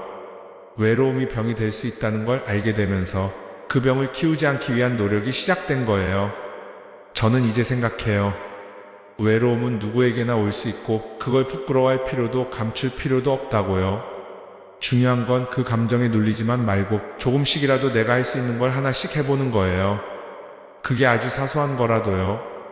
예를 들어 따뜻한 물에 발 담그기, 좋아하는 음악 한 곡 듣기, 고맙다는 말 한마디 적어보기.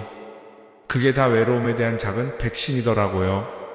완전히 막을 순 없어도 적어도 그 외로움이 병이 되진 않게 내 마음을 돌볼 수 있는 시간이 되어준다고 생각해요. 혹시 지금 이 이야기를 듣고 있는 분 중에 저처럼 마음이 아픈 분이 계시다면 이 말 꼭 전하고 싶어요. 당신은 혼자가 아닙니다.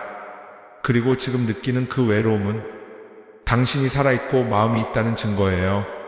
그 마음을 아프게 놔두지 말고 지금 이 순간부터라도 작은 것부터 하나씩 시작해보세요. 우리의 외로움이 병이 되지 않도록 우리가 먼저 우리 자신을 보살펴야 하지 않겠어요? 예전에는요, 외롭다는 말 자체를 부끄러워했어요. 누가 나한테 외롭지 않으세요? 하면 괜히 아니라고 부정부터 했죠. 왠지 내가 약한 사람처럼 보일까봐, 뭔가 부족해 보일까봐 그 말 한마디 꺼내는 게 참 조심스러웠어요. 그런데 어느 순간부터 외로움이라는 게 단순히 슬프고 어두운 감정만은 아니라는 걸 느끼게 됐어요. 이게요, 표현하기 참 어려운데 가끔은 외로움 덕분에 내 마음을 더 깊이 들여다보게 되기도 하고 또 어떤 날은 그 외로움이 나를 짓눌러서 하루를 통째로 망쳐놓기도 해요. 그래서 전 요즘 이 감정에도 색깔이 있다고 생각하게 됐어요. 마냥 검은색만 있는 게 아니라 회색도 있고 하얀색도 있고 어쩌면 그 사이사이 흐릿하게 번지는 색깔들도 있지 않을까 싶더라고요. 예전에 TV 다큐에서 본 장면이 있어요. 히말라야 산을 혼자 오르던 한 등반가가 인터뷰에서 이런 말을 하더라고요. 산꼭대기에 혼자 서 있을 때 느끼는 그 적막함은 외로움이 아니라 자유다. 그 말을 듣고 깜짝 놀랐어요. 외로움이 자유라고? 그건 좀 다른 얘기 아닐까 싶었죠. 그런데 곱씹어보니 알겠더라고요.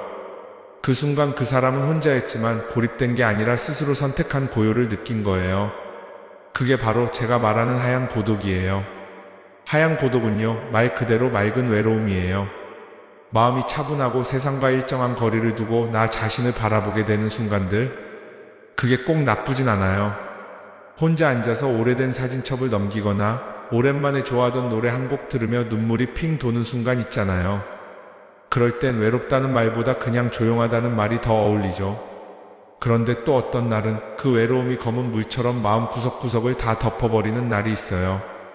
그게 바로 검은 고독이에요. 이건요, 아무것도 할 수 없게 만들어요. 사람 얼굴도 보기 싫고 전화벨 소리에도 짜증이 나고 심지어는 내 목소리조차 듣기 싫어지는 날이죠. 그럴 땐 뭐든 간에 의미가 없어 보여요. 내가 여기 왜 있는지도 모르겠고 뭘 해도 허무하고 다 던져버리고 싶고요.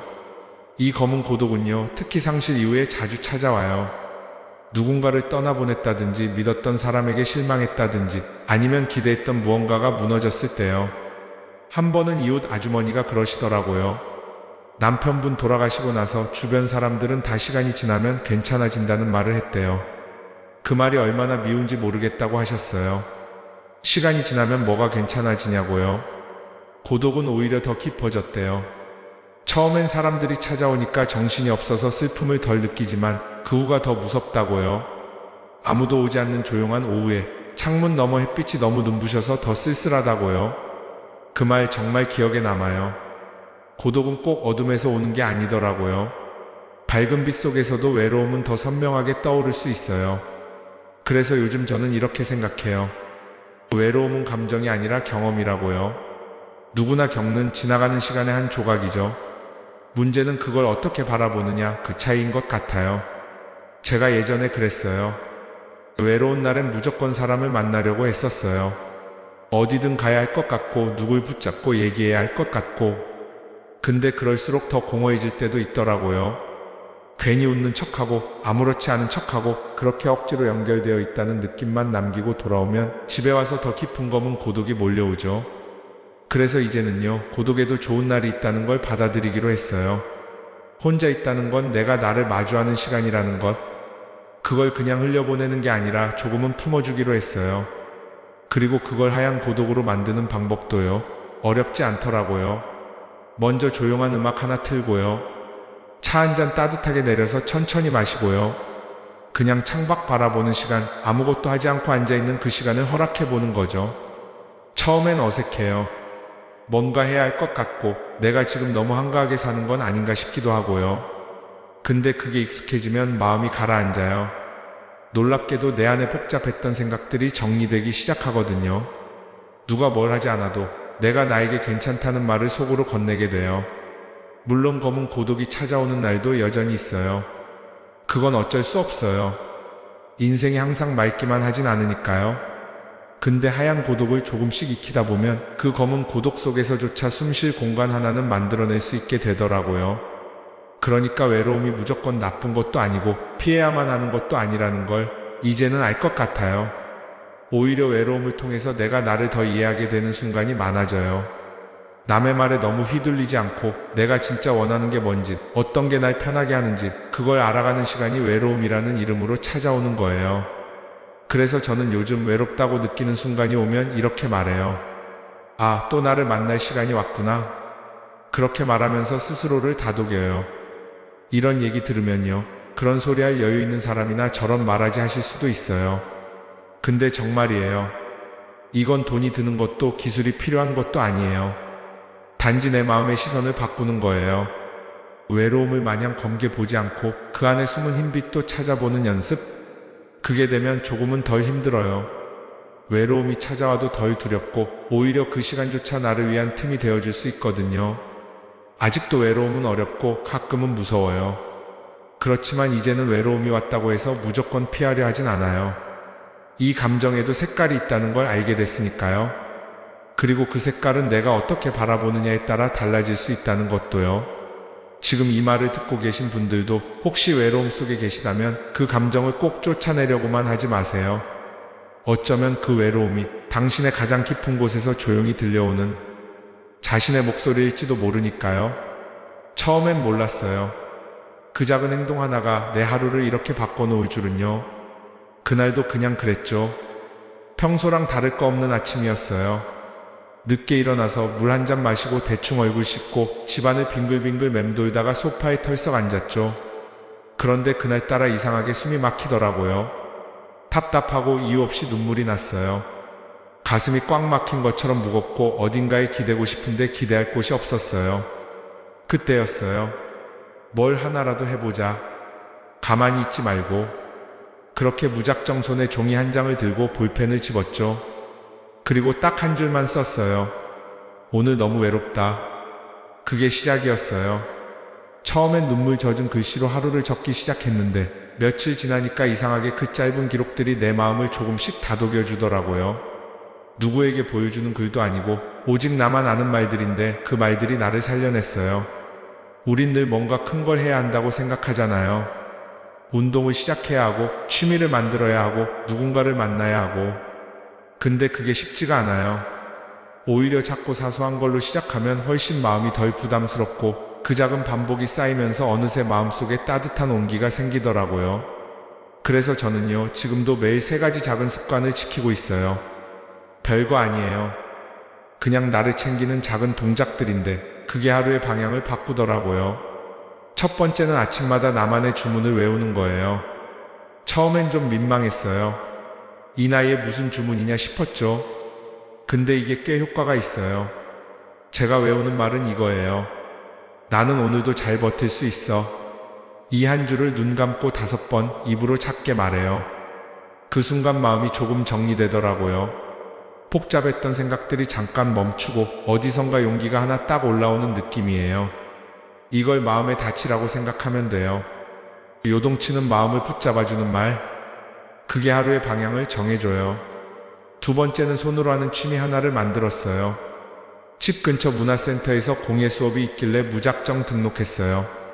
솔직히 처음엔 다 젊은 사람들일 줄 알았는데 저보다 나이 많으신 분들도 계시더라고요. 그걸 보는 순간 용기가 났어요. 처음엔 어색했지만 손으로 뭔가 만들고 있다는 느낌이 참 좋았어요. 무언가를 집중해서 만드는 시간이 되면요, 마음속에서 떠다니던 불안이나 외로움이 잠깐 자리를 비워요. 그리고 그 공예품 하나 완성하고 나면 내가 뭔가를 해냈다는 자존감이 생겨요. 그 자존감 정말 중요하더라고요. 혼자 있는 시간이 길어지면요, 나는 쓸모없는 사람이야, 아무것도 못하고 있어, 그런 생각에 자꾸 빠지거든요. 근데 이 취미라는 게요, 그 생각을 뒤집어줘요. 내가 만든 무언가를 눈으로 확인할 수 있으니까요. 세 번째는 하루에 하나씩 누군가를 도와주는 일을 해보는 거예요. 거창한 게 아니에요. 동네 쓰레기 줍기, 문 열어주기, 마트에서 무거운 장바구니 들어주기. 작은 선행이요, 생각보다 마음을 굉장히 따뜻하게 해줘요. 나 혼자만 바라보던 시선을 다른 사람에게로 옮겨주는 힘이 있어요. 제가 어느 날 시장에서 쪼그려 앉아 고구마를 고르시던 할머니께 비닐봉지를 챙겨드렸어요. 그분이 저를 보면서 고맙다고 웃으시는데 그 한마디에 괜히 뭉클하더라고요. 그날 집에 돌아와서 이상하게 기분이 좋아서 밥도 더 맛있게 먹었어요. 그런 기분 예전엔 잘 몰랐어요. 근데 해보니까 알겠더라고요. 도움이라는 건 받는 사람보다 주는 사람이 더 따뜻해진다는 거요. 이 세 가지 습관, 주문 외우기, 손으로 만드는 취미 하나 갖기, 하루에 하나 선행하기. 이게 별거 아닌 것 같지만 지금의 저를 지켜주는 가장 큰 무기예요. 누군가는 이렇게 말할 수도 있어요. 그게 뭐 대수냐, 그거 한다고 뭐가 달라지냐. 근데 저는 정말 말할 수 있어요. 그거 하나가 달라지면 마음이 달라져요. 그리고 마음이 달라지면 세상이 달라 보이더라고요. 그리고 중요한 건 이 모든 게 돈이 거의 안 든다는 거예요. 누군가의 도움이 없어도 혼자서도 할 수 있어요. 예전에 TV에서 외로움을 관리하는 감정이라고 하더라고요. 그 말이 참 마음에 와닿았어요.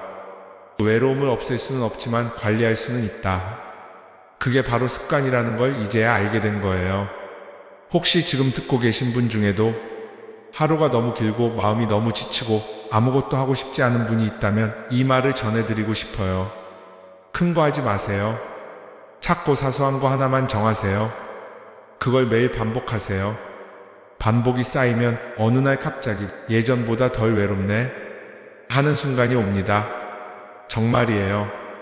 외로움을 이기는 건 결국 거창한 변화가 아니라 작은 습관들이 만들어내는 따뜻한 반복이니까요. 어느 날 아침이었어요. 일어나자마자 문득 이런 생각이 들더라고요. 아, 이제는 사랑이 아니라 다른 게 더 필요하구나. 사랑이라는 말 예전엔 참 자주 꺼냈어요.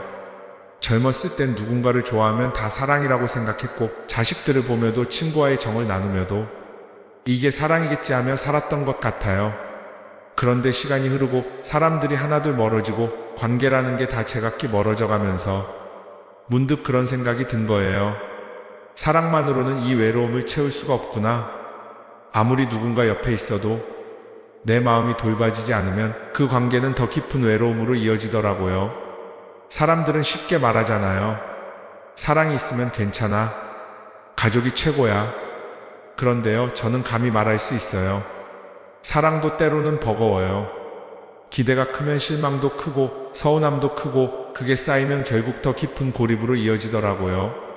사랑이 나를 지켜주는 줄 알았는데 오히려 그 사랑에 너무 매달리다 보면 내 마음 하나 돌보지 못하고 자꾸 무너질 때가 있었어요. 그러고 보니 내가 가장 힘들었던 시간은 누군가에게 너무 기대고 있었던 시절이었어요. 제가 연락만 해주면 괜찮을 텐데, 나도 누가 챙겨줬으면 좋겠는데, 그렇게 누군가의 손길을 기다리면서 하루를 보내고 밤을 지새우고 결국 아무 일도 일어나지 않으면 그 허무함이 온몸을 휘감았어요. 그래서 어느 순간부터는 기다리는 마음을 조금 내려놓기로 했어요. 누군가가 나를 챙겨주지 않더라도 내가 나를 먼저 돌보자고요. 그게 말처럼 쉽진 않더라고요. 처음엔 어색했어요. 괜히 나 혼자서 나 자신을 다독이는 것도 민망했고요. 이게 무슨 의미가 있을까 싶었죠. 그런데도 조금씩 해봤어요. 거울 앞에 서서 내 얼굴을 한 번씩 쳐다보면서 오늘 잘 버티자 속삭여보고 밥을 지을 때도 예전보다 반찬 하나라도 정성껏 올려보려고 했고요. 누구한테 보여주는 게 아니라 오직 나를 위해서 하는 일. 그게 처음에는 낯설고 어색했지만 이상하게도 어느 순간부터 마음의 잔잔한 물결이 일기 시작했어요. 내가 나를 챙긴다는 게 이렇게 사람을 단단하게 해주는 줄 몰랐어요. 사랑은 물론 중요해요. 사람과 사람 사이에 따뜻함이 있고 그 온기가 우리 삶을 지탱해주기도 하니까요. 하지만 사랑만으로는 부족할 때가 있어요. 그럴 땐 사랑보다 먼저 내 마음의 온도를 살피는 게 필요하다는 걸 알게 됐어요. 사실 그걸 깨닫게 된 계기가 있었어요. 동네 아주머니 한 분이 있었는데요. 평소에 참 잘 웃고 사람 좋아 보이는 분이셨어요. 그런데 어느 날 저랑 단둘이 얘기를 하시다가 갑자기 이런 말씀을 하시더라고요. 나는 누가 나한테 사랑한다고 말하면 오히려 불안해. 그 말 듣고 기대했다가 또 혼자일까봐 겁이 나거든. 그 말이 가슴에 박혔어요. 사랑이라는 말이 오히려 두려움이 될 수 있다는 걸 그때 처음 알았죠. 그 이후로 전 사랑보다 신뢰를 더 중요하게 여기게 됐어요. 누군가가 내 옆에 있어주지 않아도 괜찮고 누군가가 나를 챙겨주지 않아도 괜찮은 상태. 내가 나를 믿고 내가 나를 책임질 수 있는 상태. 그게 바로 마음을 돌보는 힘이구나. 그걸 깨달았어요. 그리고 또 한 가지 중요한 걸 알게 됐어요. 내 마음을 돌보는 데 있어 다른 사람과의 연결이 얼마나 중요한지도요. 이전에는 누군가에게 마음을 여는 게 부담스럽고 두려웠어요. 내가 내 감정을 표현하면 혹시 오해받을까봐, 상처받을까봐 피하기만 했죠. 근데요, 요즘은 조금 달라졌어요. 어색하고 망설여지더라도 내가 먼저 안부 인사를 건네보기로 했어요. 전화 한 통, 문자 한 줄. 잘 지내시죠? 오늘은 바람이 참 시원하네요. 그게 별거 아닌 것 같아도 상대방이 고맙다고 말할 때 나도 모르게 마음이 데워지더라고요. 우리 삶에서 필요한 건 크고 거창한 사랑이 아니라 이렇게 가볍고 조용한 관심, 그리고 그걸 나눌 수 있는 용기였던 거죠. 사랑이라는 단어 대신 요즘은 이런 말을 더 자주 써요. 서로 마음이 통하는 사람, 불편하지 않은 사람, 같이 있어도 말이 필요 없는 사람. 이런 관계가 우리를 덜 외롭게 해주고 무너지지 않게 붙잡아 주더라고요. 그래서 이젠 이렇게 생각해요. 진짜 필요한 건 사랑보다 관심이고 기대보다 이해이고 붙잡는 마음보다 함께 걷는 마음이라고요. 그리고 그 모든 시작은 내 마음을 내가 돌보는 것에서 출발한다는 걸 이제야 깨닫게 된 거죠. 오늘도 여전히 혼자 있는 시간이 많고 가끔은 이유 없는 허전함이 밀려오기도 해요. 그럴 때면 내가 나에게 물어요.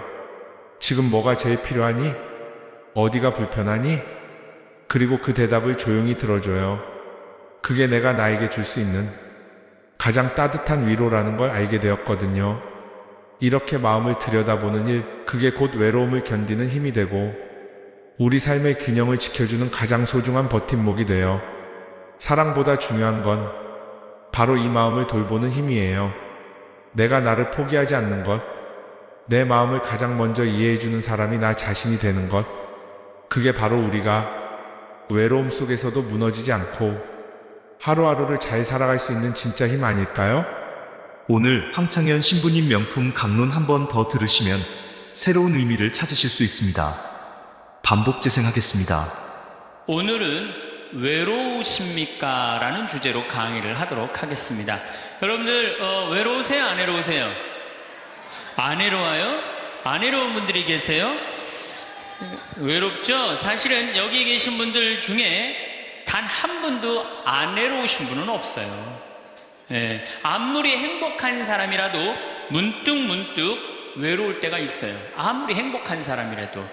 여러분들 낙엽이 막 떨어지고 막 바람에 그냥 낙엽이 스산하게 막 날릴 때 그거 보면은 마음이 왠지 좀 쓸쓸하고 외롭지 않으세요? 예, 한 입을 덮고 사는 남편이 어느 날 그냥 등 돌리고 말도 안 하고 그냥 그러고 있으면은 외로워요, 안 외로워요? 우리 인간은요, 고독할 수밖에 없어요.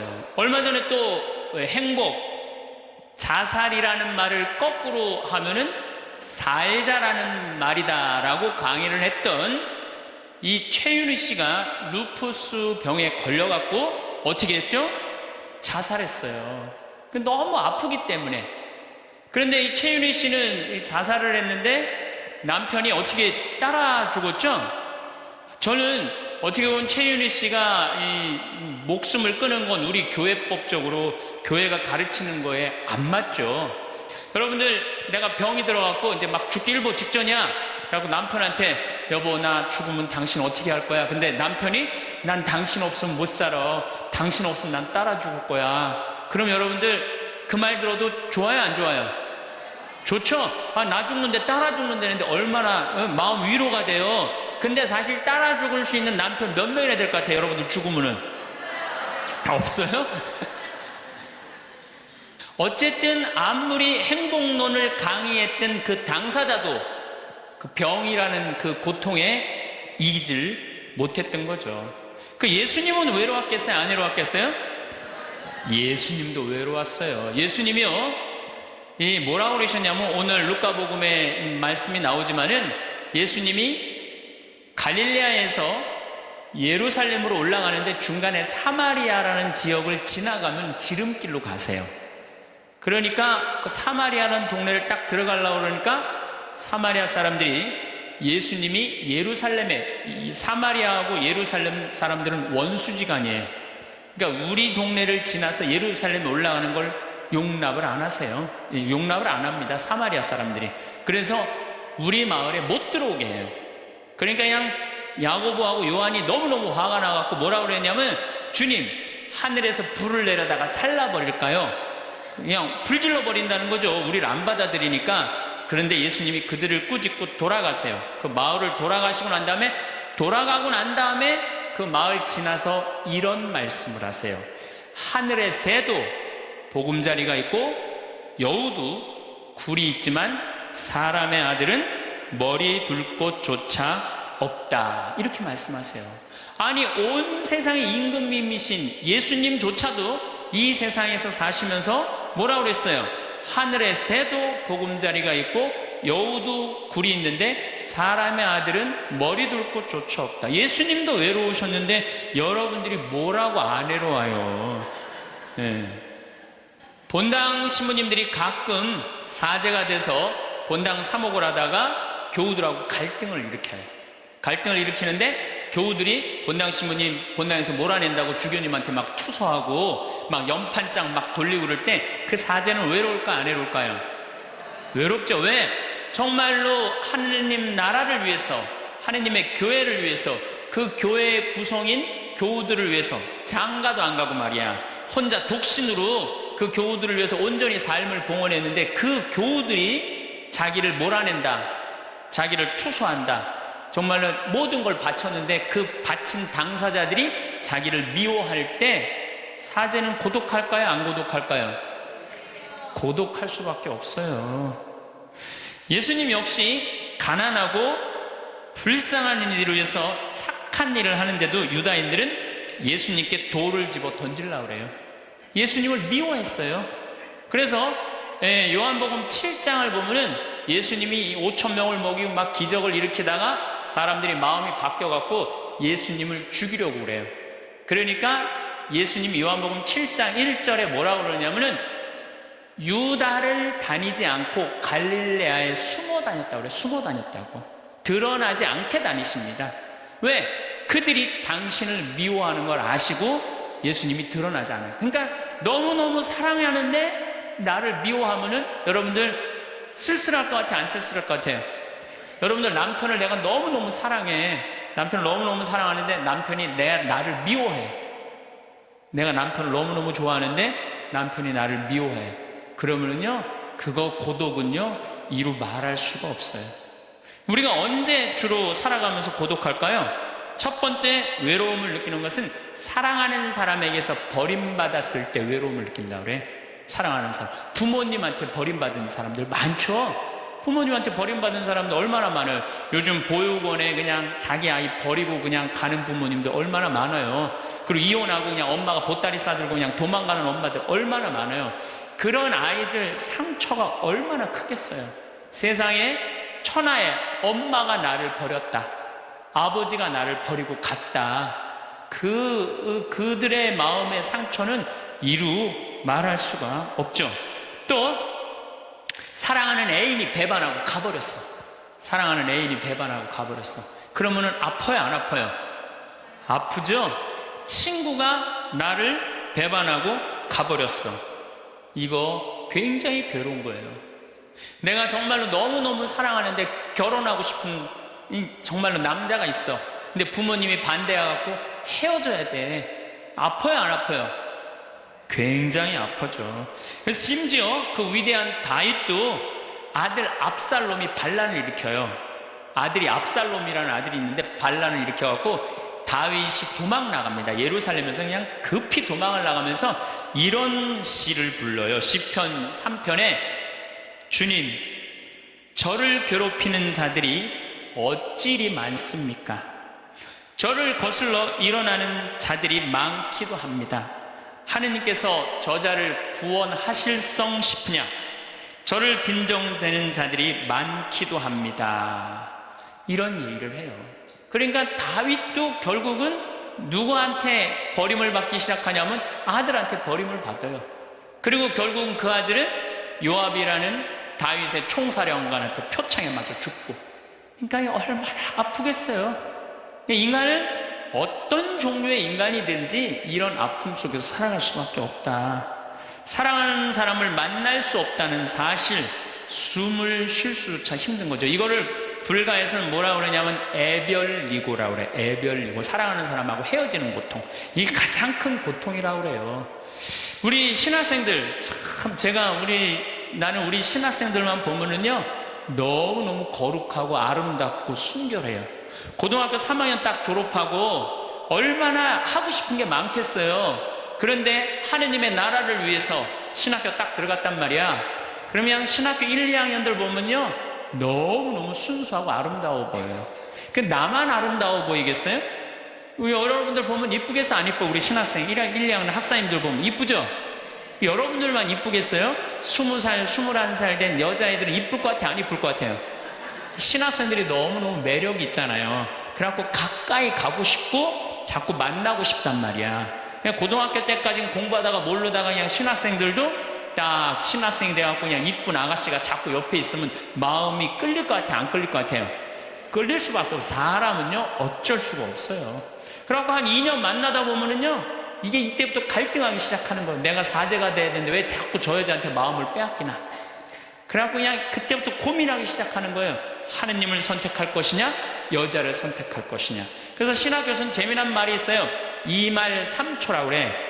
2학년 말, 3학년 1학기, 3학년 초, 요때가 가장 신학생들이 갈등을 많이 할 때. 그래갖고 이때 여자를 떠나보내면 이제 4학년, 5학년 쭉 군대 가면서 이제 사제 길로 가는 거예요. 근데 이때 그냥 이 여자를 따라가면 이제 신학교 나가는 경우가 많죠. 그래갖고 그냥 그 젊은 나이에 그 피 끓는 뜨거운 애정을 끊고 사제가 되니 애별리고의 고통을 안 겪은 사제가 몇 명이나 될 것 같아요. 그러니까 서푼 때 보면 그냥 누워갖고 그냥 입 깔고 그냥 그 여자 떠나보낸 여자 생각하고 그냥 가슴이 아파서 우는 거예요. 모든 걸 떠나보내든 인간이 얼마나 이게 힘든 건데요. 그러니까 여러분들 시민님들한테 잘하세요. 괜히 주교님한테 편지 쓰고 그러지 마시고. 예수님은 마지막 날에 제자들이 예수님을 다 버리고 갔어요. 뭐 심지어 어떤 제자는 막 옷까지 그냥 3배 옷까지 벗어 알몸으로 도망갔어. 그 오로지 예수님만 혼자 남았어요. 그러니까 예수님 외롭겠어, 안 외롭겠어요?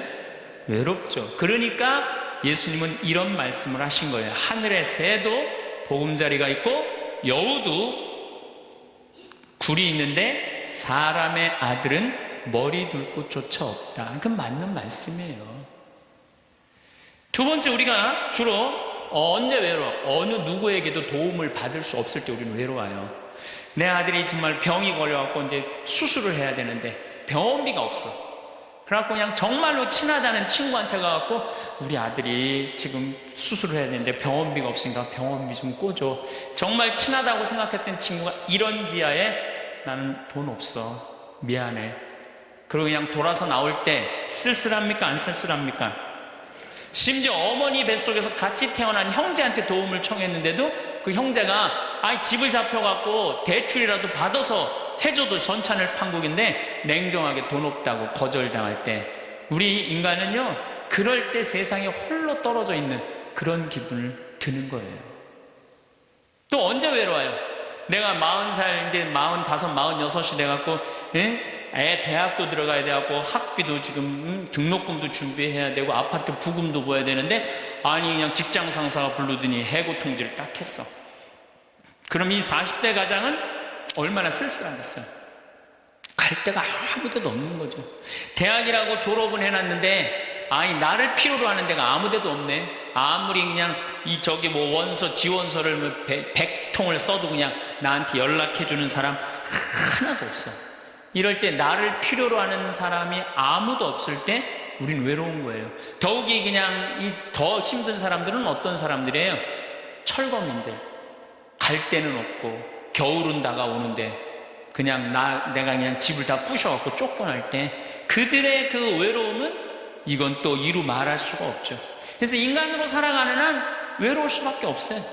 그래서 하이데거라는 철학자는 뭐라고 하냐면 인간은 세상에 내던져진 존재라고. 내던져진 존재. 여기 여러분들 중에 태어나고 싶어서 태어나신 분들 계세요?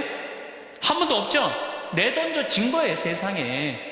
귀양 내던져질 거면 삼성 이건희 회장님 집에 내던져지든지 아니면 정주영 회장님 집에 내던져지든지 그럼 그냥 팔자라도 편안할 텐데 내던져지고 보니까 그냥 똥구멍이 찢어지게 가난한 집에 그냥 내던져진 거야. 그냥 인생 그냥 피곤한 거죠. 그리고 귀양 태어날 거면은 장동건이나 고소영 씨처럼 얼굴이 잘생기거나 이쁘게라도 태어나면은 얼굴로라도 먹고 사는데 또 가난한 집에 내던져졌는데 얼굴은 또 씹다 뱉은 수제비 같이 생겨버렸네. 요즘은 그냥 막 텔레비전 이런 시대 아니에요. 그래갖고 그냥 키 크고 잘생기고 이런 거에 그냥 뭐든지 그냥 사람들이 그냥 눈이 멀어 있잖아요. 근데 그냥 생긴 건 씹다 뱉은 수제비 같이 그냥 이렇게 살아가는 사람들은 인생을 힘들게 살아갈 수밖에 없다는 거예요. 그런데 그런 사람들이 95%가 그렇다는 거예요. 95%. 저나 여러분이나 내가 항상 하는 얘기지만 내 얼굴 이거 씹다 뱉은 수제비 같이 생겨갖고 이거 얼굴로 먹고 살기는 틀린 거죠. 다 평범하게 태어나는 거죠. 또 우리 언제 외로워요? 말이 안 통할 때 외로워요. 남편하고 말이 안 통할 때, 자식하고 말이 안 통할 때, 특별히 가족 간에 말이 안 통할 때 참 외로워요. 제가 미국에 강의를 한 2년 동안 이렇게 쭉 다녀보니까 깜짝 놀라는 일이 있어요. 엄마 아빠는 영어를 못하고 애들은 영어만 하는 거예요. 그러니까 애들은 그냥 영어를 너무너무 잘하고 애들 하는 말을 엄마 아빠가 못 알아듣는 거예요. 그러니까 엄마 아빠하고 말이 안 통하는 거 애들하고 기본적인 거 밥 먹어라 학교 갔다 와라 이거 외에는 말이 안 통하는 애들이 참 많더라고요. 정말로 그건 이제 점점 외로워지는 거죠. 그래서요 뉴욕에요 60세 넘은 할머니 할아버지들이 작년에 한 60명이 자살을 했대요. 외로우니까. 우리 생태마을에 교감 선생님이 3개 국어를 해요. 생태학교라는 걸 운영하거든요. 3월달부터 12월달까지 우리 농사 짓고 기숙사 생활하고 생태 영성 배우고 이런 생태학교를 운영하는 이제 교감 선생님이 미국에서 스카웃을 해왔어요. 스카웃을 해왔는데 이 교감 선생님 아들이 미국 컬럼비아 대학 4년 장학생이에요. 미국에서 태어난 거죠. 나도 한번 만나봤는데 애가 굉장히 괜찮아요. 근데 애가 이제 아버지 생일날 카드를 보낸 거예요. 한글을 배워서 삐뚤삐뚤한 글씨를 써갖고 편지를 보냈는데 딱 3줄 보냈어요. 아버지 사랑합니다. 아버지 생일 축하합니다. 그리고 맨 끝에 뭐라고 썼느냐면은 네 아들 윤진이가 이렇게 해서 보냈더라고요. 말이 안 통하는 거지. 말이 안 통하는 거지. 한국에서 보면은 그런데 이게 미국 사회에서만 서로 말이 안 통하는 게 아니야. 한국에서도 퇴근을 했는데 부인이 남편을 투명인간 취급하는 부인들 많아요. 들어오거나 말거나 말도 안 하고 그냥 밥 차려놨으니까 먹으라고 그러고 사람 그냥 투명인간 취급하는 경우 많죠. 그렇죠? 자식들도 집에 와서 엄마 아버지한테 다소곳하게 하지 않고 자기 방에 쑥 들어가고 하루 종일 한 가족이 집에 살면서 5분 이상 대화를 안 한다는 거 아니에요. 이게 말이 안 통하니 이 집이 외롭겠어요, 안 외롭겠어요? 모이면 하루에 있었던 일 얘기하고 서로 그냥 다정하게 대화를 나눠야 되는데 우리가 지금 말이 안 통해, 서로. 그 외로울 수밖에 없죠. 또 언제 외로워요? 이게 이제 저하고 여러분들하고 공통적으로 느끼는 거예요. 늙어가는 걸 느낄 때, 내가 뭔가 하나씩 뺏겨가는 걸 느낄 때, 그때 외로워요. 내 젊음이 하나하나 떨어져 가는구나. 제가 굉장히 눈이 좋았어요. 1.5, 어떨 땐 2.0까지 나왔어요. 근데 요즘 핸드폰에 메시지가 오면은 일단은 내가 인상을 써요. 인상을 쓰고 이렇게 멀리 보기 시작해. 안 보이는 거, 글자가. 심지어는 내 동창들은요, 돋보기를 쓰는 동창들도 있어요, 벌써. 그래서 너 왜 돋보기를 쓰냐고 하니까 노안이 와갖고 신문이 안 보이는 거예요. 그 돋보기를 쓰고 있는 동창을 보면요, 슬프더라고요. 늙어가니까. 제가 젊었을 때 몸에 테스토스테론이 흘러 넘쳤어요. 진짜 남자다웠어요. 그래갖고 내가 눈물이라고는 한 방울도 안 흘렸어요. 얼마나 눈물을 안 흘리냐면 고등학교 2학년 때 우리 어머니 아버지가 내가 신학교 들어가기 전까지는 성당에 안 다니셨어요. 그러니 이해가 안 됐잖아요. 반대한다고 어머니가 막 약 먹고 자살하고 막 정말로 아버지가 그 막 죽어가는 어머니를 막 끌어안고 저를 보고 뭐라고 그랬느냐면 울면서 제발 신학교 안 간다는 소리 좀 해라. 내가 그랬는데도 눈물 한 방울 안 흘린 놈이에요, 내가. 물론 우리 어머니 아직도 안 돌아가셨어요. 아직도 안 돌아가시긴 했는데. 그런데 내가 나이가 46인데 이상한 일이 벌어졌어요. 내 몸에서 이제 테스토스테론은 안 나오고 남성 호르몬은 안 나오고 에스트로겐, 여성 호르몬이 나오는 모양인 것 같아요. 지난 2월 달에 우리 김연아 선수가 동계올림픽 금메달 땄잖아요. 따갖고 그냥 더욱이 또 우리 세례 받았잖아. 근데 내 딸이 그냥 금메달 따갖고 그냥 동해물가 올라가는데 그냥 그 묵주 반지가 딱 보이는데 눈물 한 방울 딱 떨어지는데, 아니 김연아 선수 눈물 한 방울 떨어지는데 왜 내 눈에서 눈물 10방울이 떨어져? 자동이야, 자동. 요즘은 그냥 텔레비전에서 슬픈 것만 봐도 어떻게 돼요? 눈물이 뚝뚝 떨어져요. 내가 이제 늙어가고 있는 거예요. 네. 내 몸에서 이제 여성 호르몬이 나와갖고 자꾸 감성적으로 되는 거예요. 감성적으로. 반대로 여자들은 몸에서 이제 에스트로겐은 안 나오고 테스토스테론이 나와요. 남성 호르몬이 나와요. 그래갖고 50 넘은 여자들을 보면요, 여자 같은 여자는 하나도 없어요. 깡패 같은 여자들만 그냥 천재 있어요. 깡패 같은 여자. 그냥 몸에서 근데 에스트로겐이 빠져나가면은요, 여성 호르몬이 빠져나가면은요, 기억력도 같이 빠져나간대. 기억력도. 그래갖고 그냥 장을 보러 나가야 되는데 그냥 지갑을 어디다 놔뒀는지 알 길이 없는 거야. 온 집안을 다 뒤져도 지갑이 없는 거예요. 그래갖고 열받는다고 냉장고 딱 열어보니까 김치통 위에다 지갑 딱 올려놔. 아이고, 내가 왜 이럴까? 내가 왜 이럴까? 심지어는 어떤 분은 막 1층에서 2층 올라가면서 올라가는 중간에 무슨 일을 하러 올라가는지 까먹는 분도 계세요. 그런 분들 많죠? 더 심각한 분은 어떤 분이냐면 1층하고 2층 중간에 서서 고민하기 시작하는 거예요. 과연 내가 지금 2층에서 내려오고 있는 중이었을까? 1층에서 올라오고 있는 중이었을까? 깜짝깜짝 놀라는 거죠. 심지어는 저는 어떤 분까지 봤느냐면은 핸드폰을 하면서 지금 내가 핸드폰을 찾는데 내 핸드폰 어디 있지? 이러고 있는 사람들도 있어요. 그런 분들도 있어요. 늙어가는 거죠. 늙어가는 건 굉장히 슬픈 거예요. 젊음을 빼앗기는 거, 이런 것들이 자꾸 우리를 슬프게 하죠. 한숨이 나오죠. 더욱이 아줌마들은요, 40이 넘으면 갑자기 몸에 얼굴이 열이 확 올라왔다가 열이 확 식었다가 그러죠. 감정의 기복도요, 막 기뻤다가 슬펐다가 분명해요. 울었다 웃었다가 분명해요. 그러면 자식 붙잡고 네가 인생을 어떻게 살라고 그러냐고 막 울다가 갑자기 그냥 성당 친구가 전화 오면은 언제 그랬냐는 듯이 내가 오늘 신부님을 강의를 들었는데 너무 재밌다고 막 깔깔깔깔거리고 막, 그러면 아들이, 딸이, 엄마 도대체 왜 그래? 이 소리를 들으면요, 여러분들은 심각하게 늙어가고 있는 거예요. 엄마 도대체 왜 이래? 내가 이제 늙어가는 거죠. 그럴 때 우리 인간은 외로움을 느낀다는 거죠. 또 우리가 언제 외로울까요? 아플 때 외롭다 그래요. 아플 때. 구약의 유명한 욥은 온몸에 종기가 나서 사람들이 자기를 무시할 때 이런 노래를 부릅니다. 내 형제들은 내게서 멀어지고 내 친구들은 남이 되어 버렸다네. 친척과 친지들은 떨어져 나가고 집안 식객들은 나를 잊었으며 계집종들은 나를 낯선 자로 여기니 저들 눈에 나는 이방인이 되었다네. 내 입김은 아내에게 메스껍고 내 몸에 나는 악취를 자식들에게 풍긴다네. 어린 것들조차 나를 업신여기고 내가 일어서려고만 해도 나를 두고 비아냥거리네. 내게 가까운 동아리도 모두 나를 역겨워하고 내가 사랑하는 자들도 내게 등을 돌리는구려. 이 아픔은요, 이게 우리 인간이 아직 가장 서러울 때가 아플 때예요.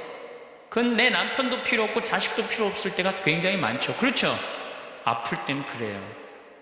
어떤 분이 그런 얘기를 하더라고요. 나하고 나이가 비슷한 분인데 자기가 고등학교 때 엄마가 참 자기를 사랑했는데도 불구하고 하루는 굉장히 토했대.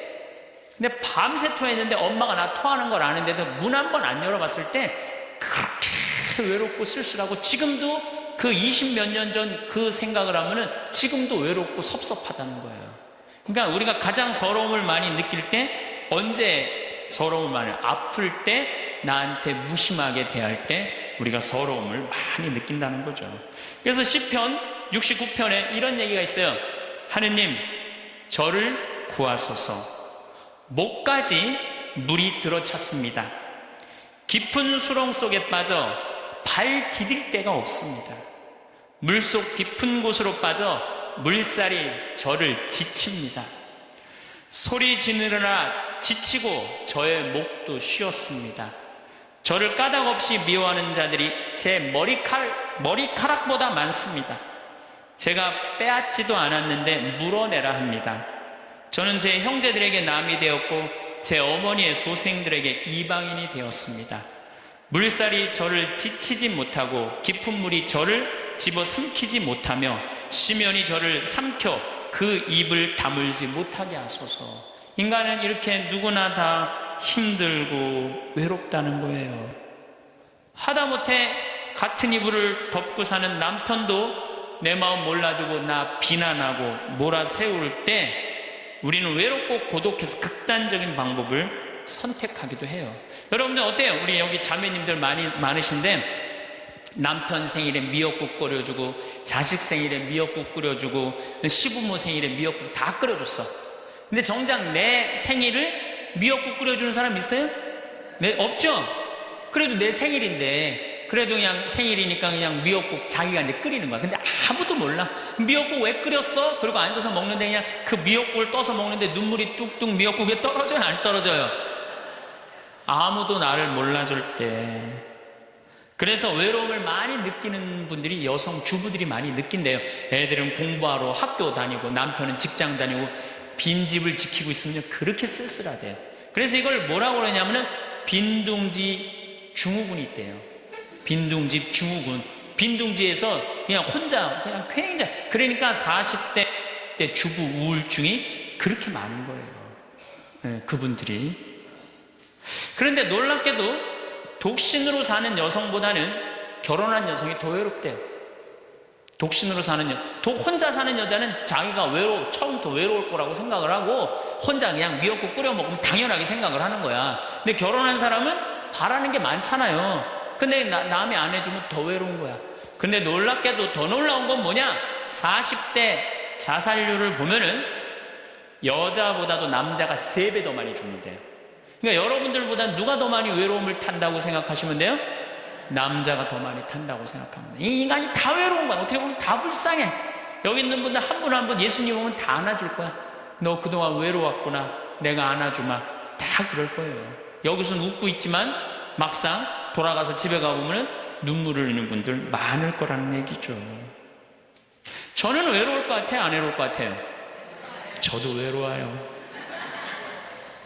제가 92년도 철산성당에서 보좌신부, 경기도 광명 철산성당에서 보좌신부를 했는데 한 12월 15일쯤 됐어요. 아이들이 연합고사 본 날이에요.